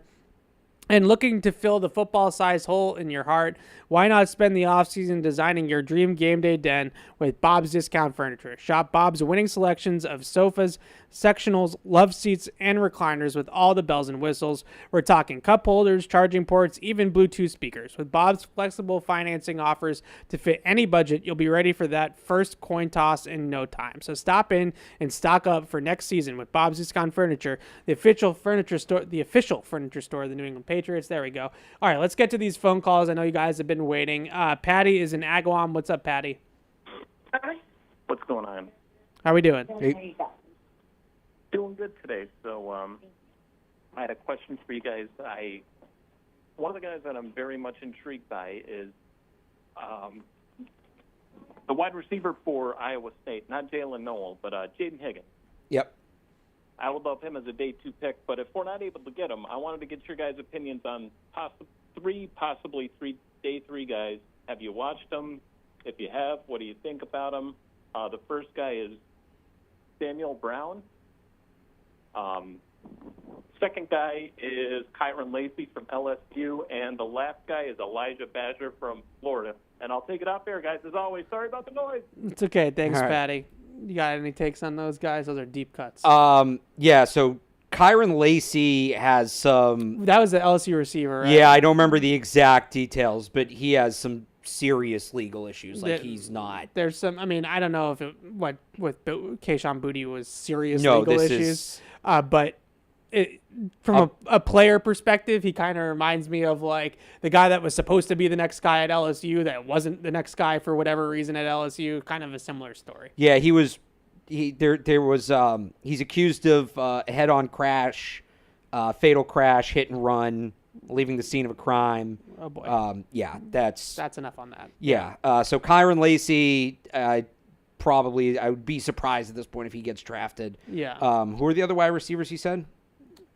I didn't recognize the other ones. I'm not gonna lie to you. He said, I'm trying to pull up the list here because if I see it, I'll remember it. He said something. He didn't give the school for one of them. I know he said somebody from Florida. This is great radio. I don't think it was Chim DK, but you saw DK at the Senior Bowl, who I liked, and Yeah. he's a day 3 guy. Yeah. Some of those has some Senior issues Bowls, with drops, but some of he's a those pretty good day route 3 runner. Senior Bowl guys. I know your guys. Kyle Oh, he said Williams. Elijah Badger. Yeah. The Oh, other yeah, one. yeah, If we're gonna go with Florida receivers, I like DK. All right, let's take Sean in Ottawa. What's up, Sean? Sean, you there? Okay, what's up? Sean, call back in if you have the time. He's probably afraid of USA Canada tomorrow night. He didn't want to talk to us Americans. Let's get to these emails. A lot of emails. Tons of emails, so we'll try to get through all of these over the last half hour here of the show. Starting here, well, I'll start with this email, all right? Yep. This email's subject line is from Floyd in Michigan, who's a regular listener. Shout out Taylor Kyles. Says Taylor Kyles was right. Taylor and I have been going back and forth a little bit on Twitter. We see this draft very differently. Love Taylor. Yeah. And love him. We just see it very, very differently. And Floyd here says that he agrees with this point that Taylor made, and that was my issue is anytime I have seen Will Campbell mocked to the Patriots, it's not because he's the best player available, it's not because he's the best scheme fit, it's because their offensive line is so terrible. So they need an offensive lineman. He's the best offensive lineman. Scheme fit aside, I don't know exactly with that, but in terms of he's not the best player available, we kind of talked about this earlier in the show. I just want us to think about it and think about the gap. Like, how much is the gap Right. really that exists? And if we're talking about players that are all clustered together, which is the way that I view it, Will Campbell, Mason Graham, I'll even throw Ted McMillan into that category, potentially. Tyler Warren, I would throw into that category. You put all those guys, Will Johnson, into that tier. To me, the tiebreaker then becomes positional value. Right. So you might think that Mason Graham is a slightly better prospect than Will Campbell, but I would say if you project Will Campbell to be a starting left tackle in the NFL, that is more valuable than a starting 3 technique is in the NFL. Yeah. It's essentially it's also, I should say, a conversation too of, okay, well, what's going to be available through other avenues of talent acquisition. Right. You can go and sign Milton Williams to play 3 technique. You can go and draft the kid from Toledo, Darius Alexander, Yeah. to play 3 technique on day 2. you can go and draft, players like that on the second day of the really draft good defensive line draft on the edge if you wanted to go that route. What you can't do is find a starting left tackle on day 2. I've watched 15 tackles at this point between the Senior Bowl and like watching the film. I have not been convinced that any one of these guys in that day 2 tier is going to be a true starting left tackle in the league. I think you're putting him right in that same category as a Caden Wallace. Like, has it? Maybe. The Patriots can't afford has it. They maybe. need a definitive answer. They need an answer. So, sure, you could go in free agency and sign Cam Robinson or Alaric Jackson and say we have our answer that direction. If that's a path they want to go, they can go in that direction. But if we're strictly talking about the draft, the strength of the draft is the depth on the defensive line. Yeah. So to me, if you're even-ish between Mason Graham and Will Campbell, I'm taking the left tackle. It's that simple. Yeah, I'm with you. All right. Mike Green is another prospect that's come up a lot. So there's a couple of things I would say about with Mike Green. A lot of people now is Mike Green actually edge 2 in this class? Obviously, Abdul Carter's edge 1. Right. Is Mike Green actually edge 2 in this class? The two things I had mentioned with Mike Green. One, he is really a pass rush specialist. Like, you are going to have to make him into a pure weak side pass rusher that is not expected to do really anything against the run. He's not a very good run defender in my mind, just because of his physical limitations. Like, we talk about lack of arm length and stuff like that with Will Campbell, even though I would say that first step explosiveness and bend are more important than arm length at edge. In order to like truly set the edge of a defense, right, you have to be able to have some girth and some width to your body, and then obviously some length to your body as well. And by the way, that's a lot of the edge rushers in this class. A lot of speed guys. A lot of guys who are pass rushers and aren't going to do much Agreed. against the run. So he's one of those guys to me. If you're drafting somebody 4 overall, you need to make sure that player is a 3-down all-purpose player. I don't think you can draft a guy at 4 overall that's going to end up turning into just a pass rusher. I don't think that that's good enough with that pick. There's also, I don't want to put it out there like and act like it's too dramatic, but like he transferred from Virginia. There's some rumblings that maybe there was something that happened in that transfer, in terms of him overstaying his welcome at Virginia. I don't know what the details are enough to have a judgment on that. I hate judging that part of the draft because I don't know these guys personally and I don't talk to them personally. But there are some things to vet there with his background in terms of that. Yeah. But most importantly to me, I'm just not dead convinced that Mike Green is a well-rounded enough player to be taking him that high in the first round. Yeah, I'd agree with you. All right. Doesn't mean he can't go in the first round. It's not that high. Yeah. So this is from Aiden. He's asking for 2 trade candidates, our opinions on 2 trade candidates. One being Michael Mayer from the Raiders, which is becoming a really popular take. Yeah. They have Brock Bowers, obviously, as their number 1 tight end. Josh McDaniels drafted Michael Mayer, I believe, in his year with the Raiders, I think. Sounds right. Mayer was, I think he was 22. Yeah, it's the Sam Laporta draft. Yeah. So I'm pretty sure that's the case. If not, he played for Josh McDaniels. Right, or was he 23? Either way, McDaniels was there. In Vegas.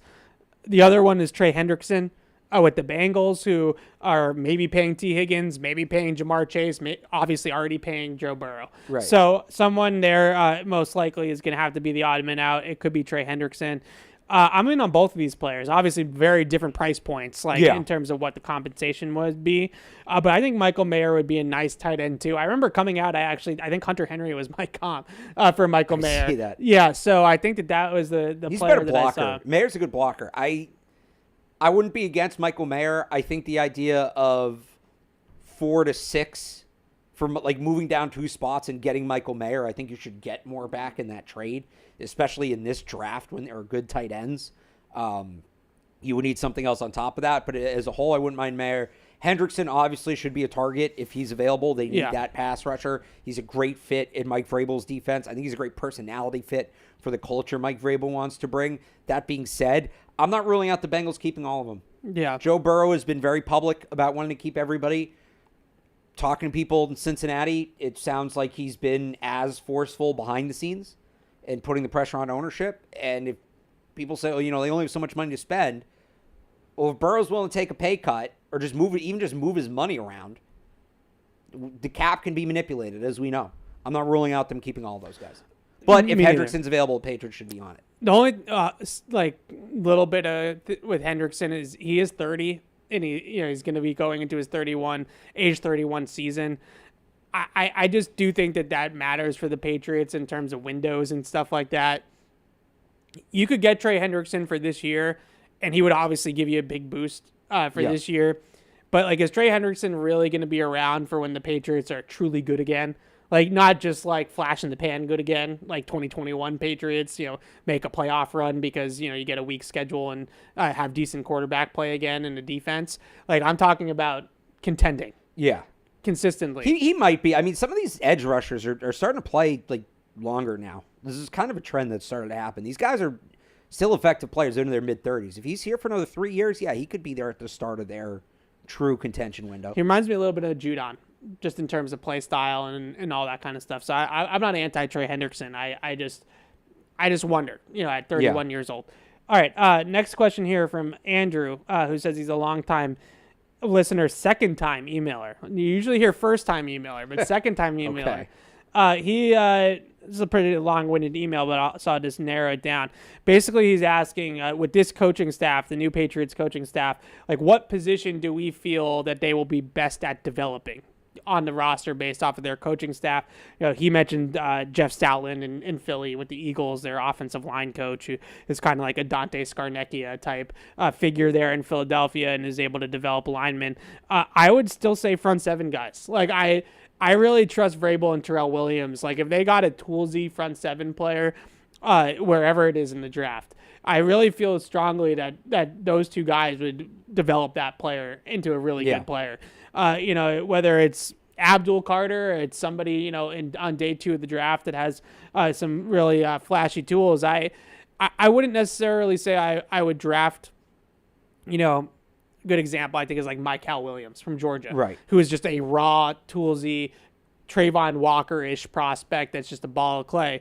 I wouldn't necessarily do that at the top of the draft just because of where the Patriots are, but just in general, I would feel pretty comfortable with drafting traits on the defensive line because I'd have pretty good confidence in Vrabel and Terrell Williams to develop that. Yeah, I think it's defensive front too. That's where most of the experience is, linebackers, linemen, all of that. I'd agree with that. Yep. So this email is from Ron, and he says congratulations, and he says that he is so happy that Alex is going to the Combine this year, and so I can just now is a good time to say this because of that. We're going to do a live show from the Combine next week on Radio Row in the Indianapolis Convention Center. So Alex and I, it sounds like it will be Wednesday afternoon. I don't think it's public yet, so I won't get into all the scheduling details, but I do think we're going to hear from Mike Vrabel and Elliot Wolf next week in Indianapolis. So we're going to do it later on in the afternoon just to make sure we've already heard from everybody and we can kind of react to it and all that good stuff.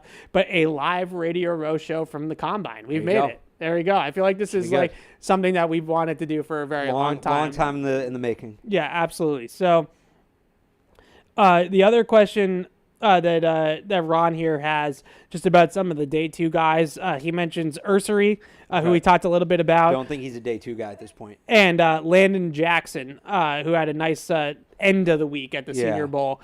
Big, defensive end, outside linebacker type, 280, 285 pounds. Now, there's your edge setter. There's your run stopper on the edge.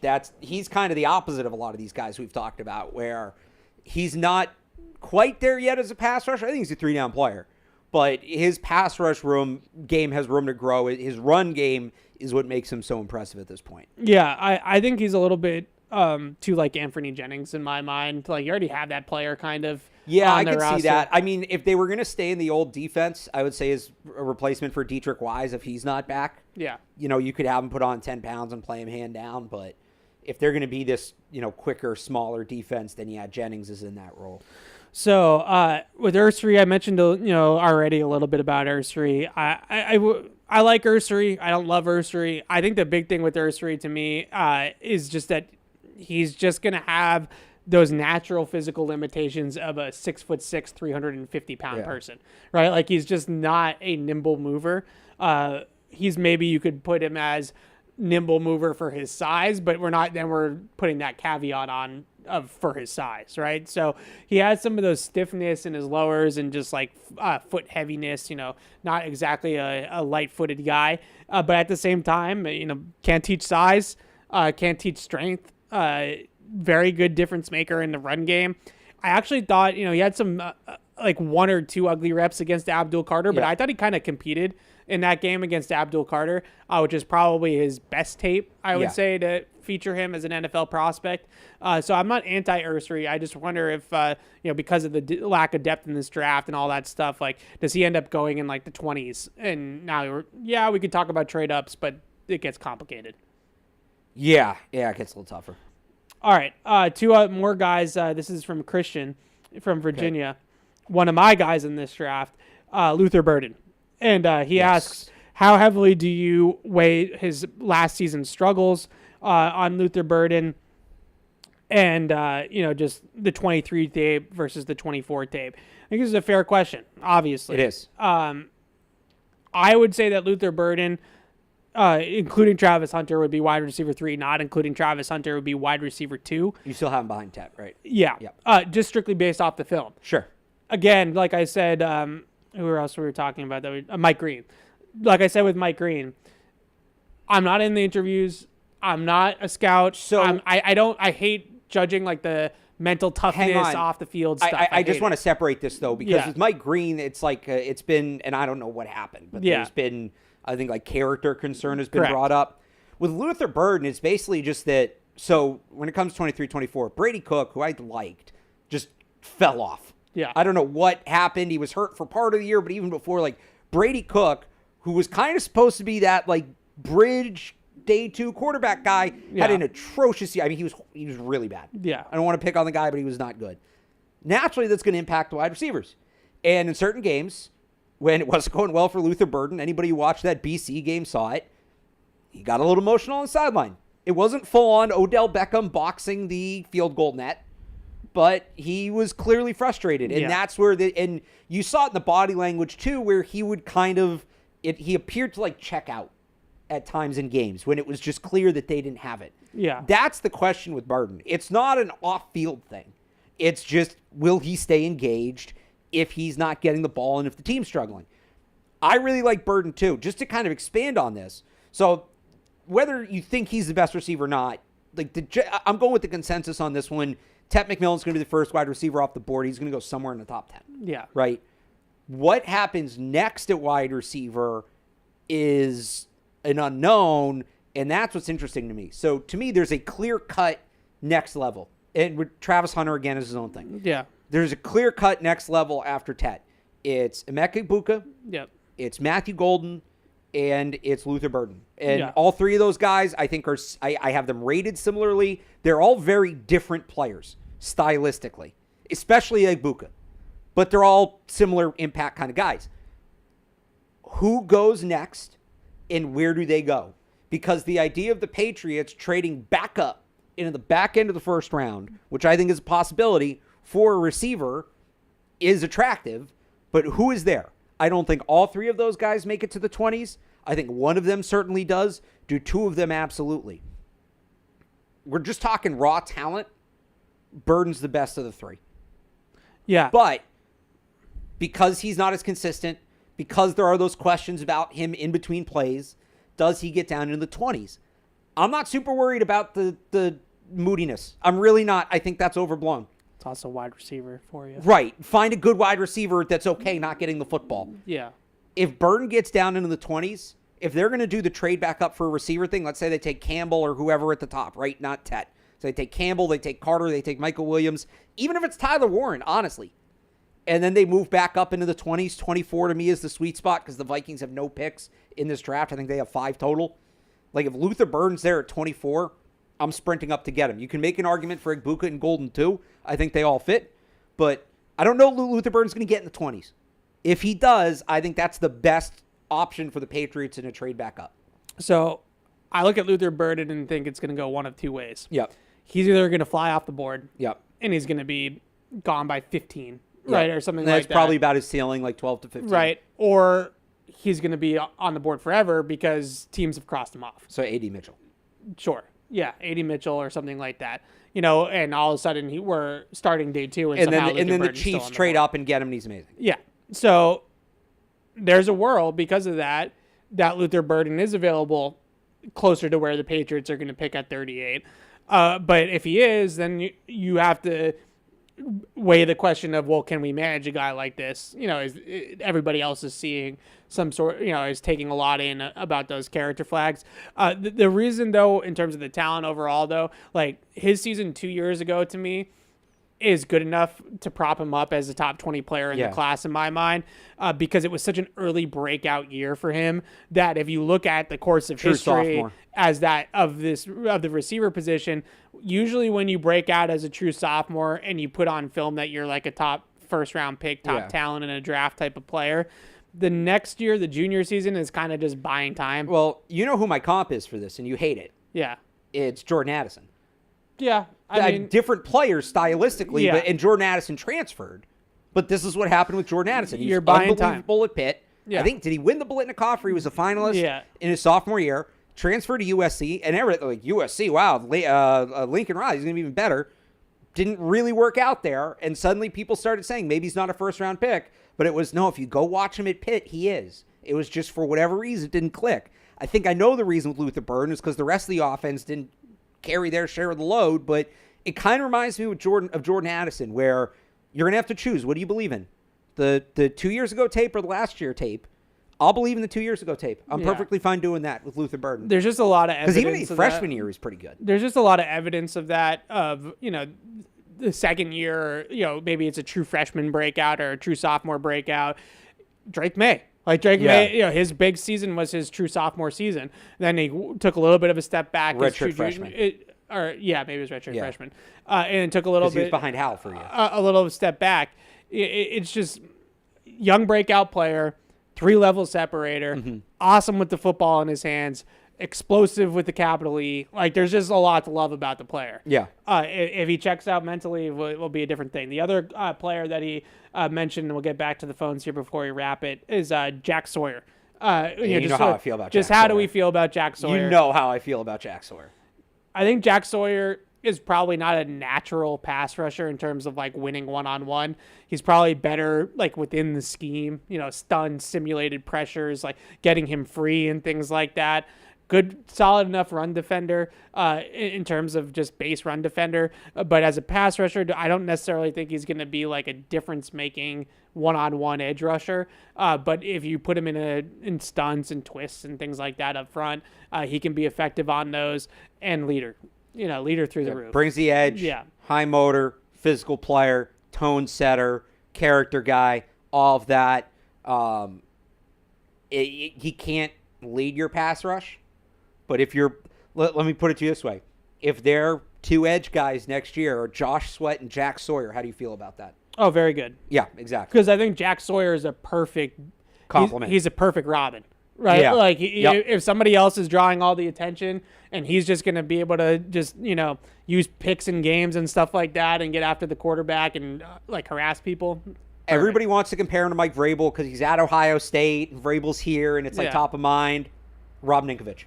Not bad. Rob Ninkovich, and you just have to go find your Chandler Jones or your Trey Flowers. Like, those are good players, obviously. Yeah. But, again, if you get a guy like Josh Sweat or you trade for a guy like Trey Hendrickson and then you have Jack Sawyer on the other side, here you go. You're off and running. Yeah. Nick asks about Mason Graham, who I've been on the record about being, lukewarm, I guess I would say is the best way to put it. I want to be careful about this because I feel like, especially this time of year, we start to go down this road. Not thinking the player is a fit for the Patriots and not thinking he's a good player are two different things. Yeah. I think Mason Graham is a very good player. And in another world where the Patriots win a couple more games this year, maybe we're talking about him as a much more realistic option. At 4, with the other players we think are going to be on the board, he's not a bad pick. But I don't think he's the best pick they can make. So the question here, though, I guess PFF gave him a really high run defense grade, which I frankly could care less about. But in the run defense grade, I guess he was really high. I've said in the past, which is true, that I think he's kind of an average run defender. I think with PFF, they probably put a lot of weight into run stops and Yeah. stuffs and things like that, which is all well and fair. When I watch Mason Graham on film, I think in general, like, he lacks a little bit of power below his waist, so he's not great at taking on double teams. I don't think he's awful at it, but he's not great at taking on double teams. And he also has shorter arms and a shorter upper body. He's kind of got just overall like a stocky, stout build. Yeah. And so when you don't, again, like we were talking about with edge rushers, like when you don't have that length to really extend and separate from blocks in the run game, it becomes more difficult to do things like two gapping and stuff like that. So if you are expecting him to shoot gaps and slither around blocks and slip blocks and slide inside gaps and things like that, like if that's the type of defense you're going to play, then he's a great player for that. Yeah. If you're expecting him to be stout and just like stand guys up at the point of attack, I just don't think that he has that kind of body type. And I'll include this too. Let's not forget, and I honestly had to remind myself of this when I saw Jeremiah's mock the other day. Yeah. Michigan has another defensive tackle that's going to go in the first round. Yeah, I watched him the other day. Kenneth Grant, who Yep. is also a really good player. But Kenneth Grant was the run stopper in that group. So when teams are running, they're running at Mason Graham. Because Kenneth Grant's like 340 pounds. He's a nose tackle. So he's getting most of the attention from offenses in the run game. They wanted to run at Graham. I like Kenneth Grant. He's a good player. It doesn't make sense for the Patriots, but he's a good player. Dave says that he is happy that I've mentioned that Ashton Denty is a blue chip player in this Good draft. job. Even though he He plays running back, and he thinks that that's very big of me as a It is. As a I'm running back impressed. is. You fully embraced. You let me do my whole best player available is made up. You didn't bellyache about having to admit the running backs and the punters are good. It was good. This email, the subject line is telling you to shut up. Oh, yeah? Oh, there, boy. There you go. We get those sometimes. About what? Just that's it. That's the whole email? It's the whole email. All right. What time? What time was that email? 12:37. Just be quiet. Just stop Trying to talking. remember what I was saying about half an hour into the show. I don't remember. I don't think that was the best player available rant. I think that was later. Last week it was, it'd be me. Shut up. This week. No, it's I know. you. I'm It's just. fine. I'm curious what set that off.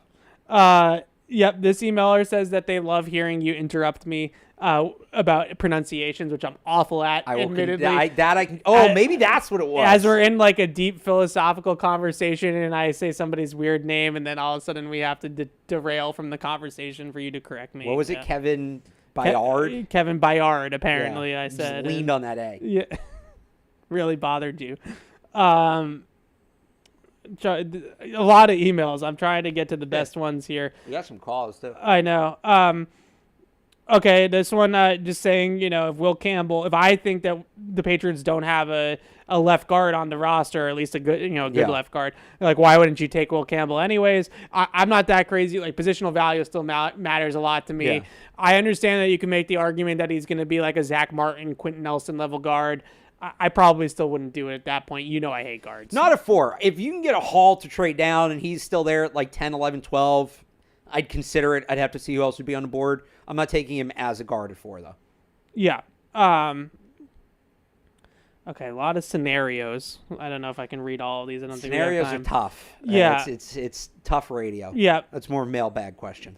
So this question is not really draft related, but I do think it is. It's pertinent. Okay. Just about when does Drake May start getting with Josh McDaniels to start learning the playbook and stuff like that? When was Josh McDaniels hired? 2-3 weeks ago? Yeah, I would think technically, 2-3 weeks ago. Technically, I think it's the start of the offseason program in April is like the technical time.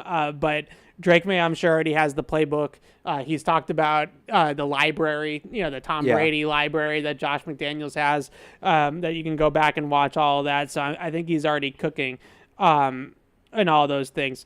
Henry asks, and I think this is an interesting player. I'm not sure about for the Patriots, but if we're considering Will Campbell, despite his measurements and all that, why not Armand Membu, who I think is a really good player on film too, but maybe in that 10 to 20 range.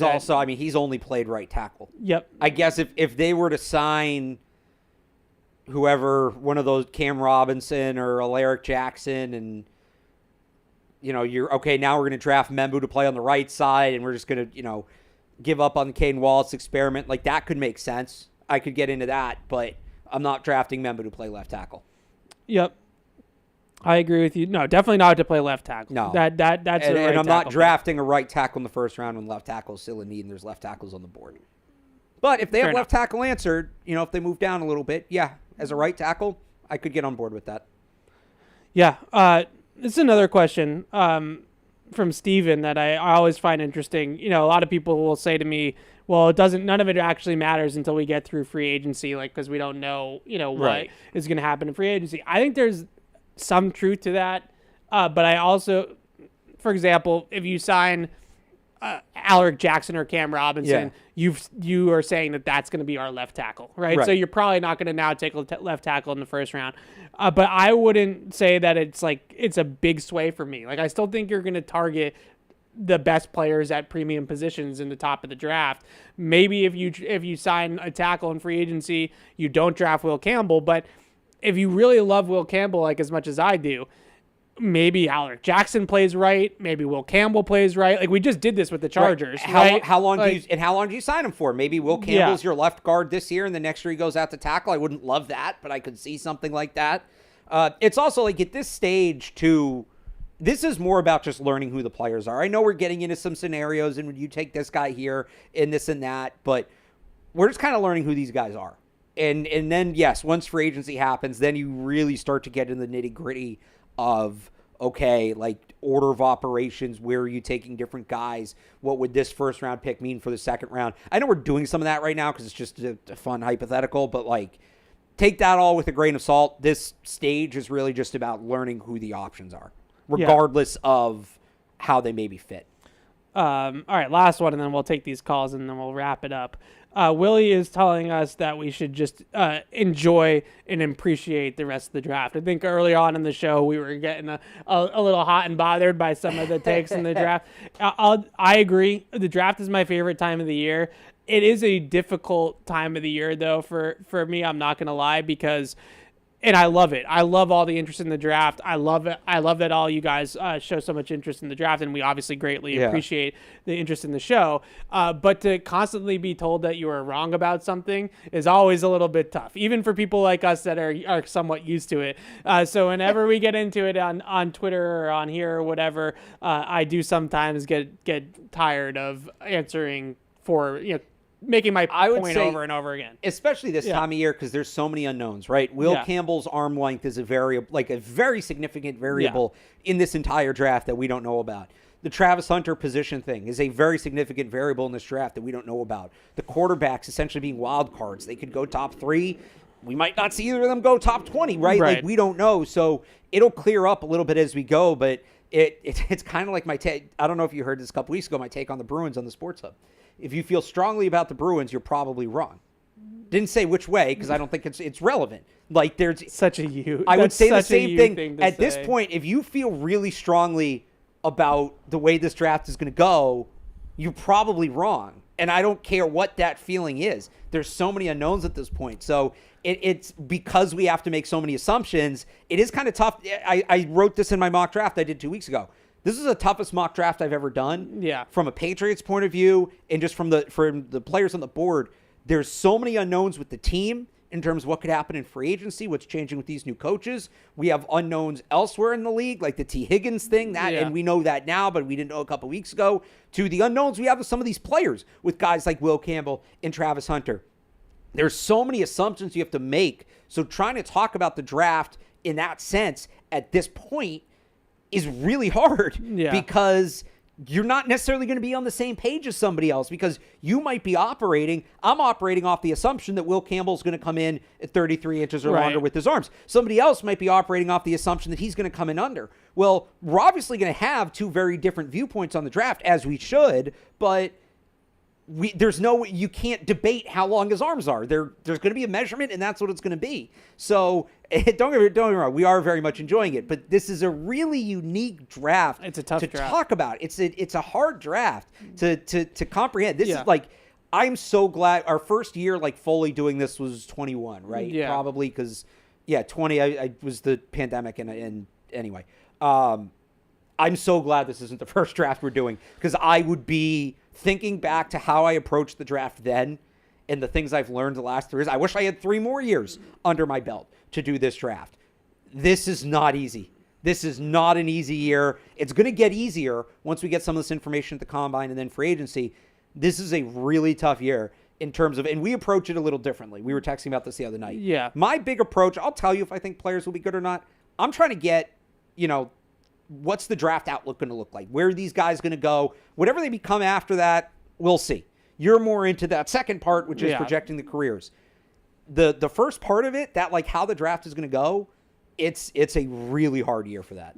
I think it's exceptionally hard year in general because, like I keep on saying all show, there's not a lot separating some of these guys. No. So it's really what do you value in players? Yeah. What's your flavor? Like, what type of players do you like?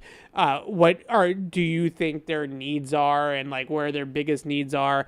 So I personally, think that left tackle is their biggest need. So obviously I'm going to pound the table for the best left tackle in the draft. Same here. Other people might think that pass rush is their biggest need, or receiver is their biggest need, or other people might think Will Campbell's a guard. So like, there's so much variable right now to your point of, we don't have enough information. Then on top of that, I just don't think there's a ton separating all the options. So like you can make the case for any of these options. Like it's not Mason Graham's case is not bad. Yeah. Right? Like there's a actual tangible case. Whereas in other years, like last year, for example, even though if people made the case for Marvin Harrison Jr., it was really quarterback. It was a quarterback, right? Yeah. It was always a quarterback. Right. So like it's just this year is different. There's a bunch of different variables. Yeah. There's a case for Ted McMillan. There's cases for Carter and Hunter. Whether or not they'll be on the board is even that's not consensus at this point. There's still people talking about Carter and Hunter as the pick, and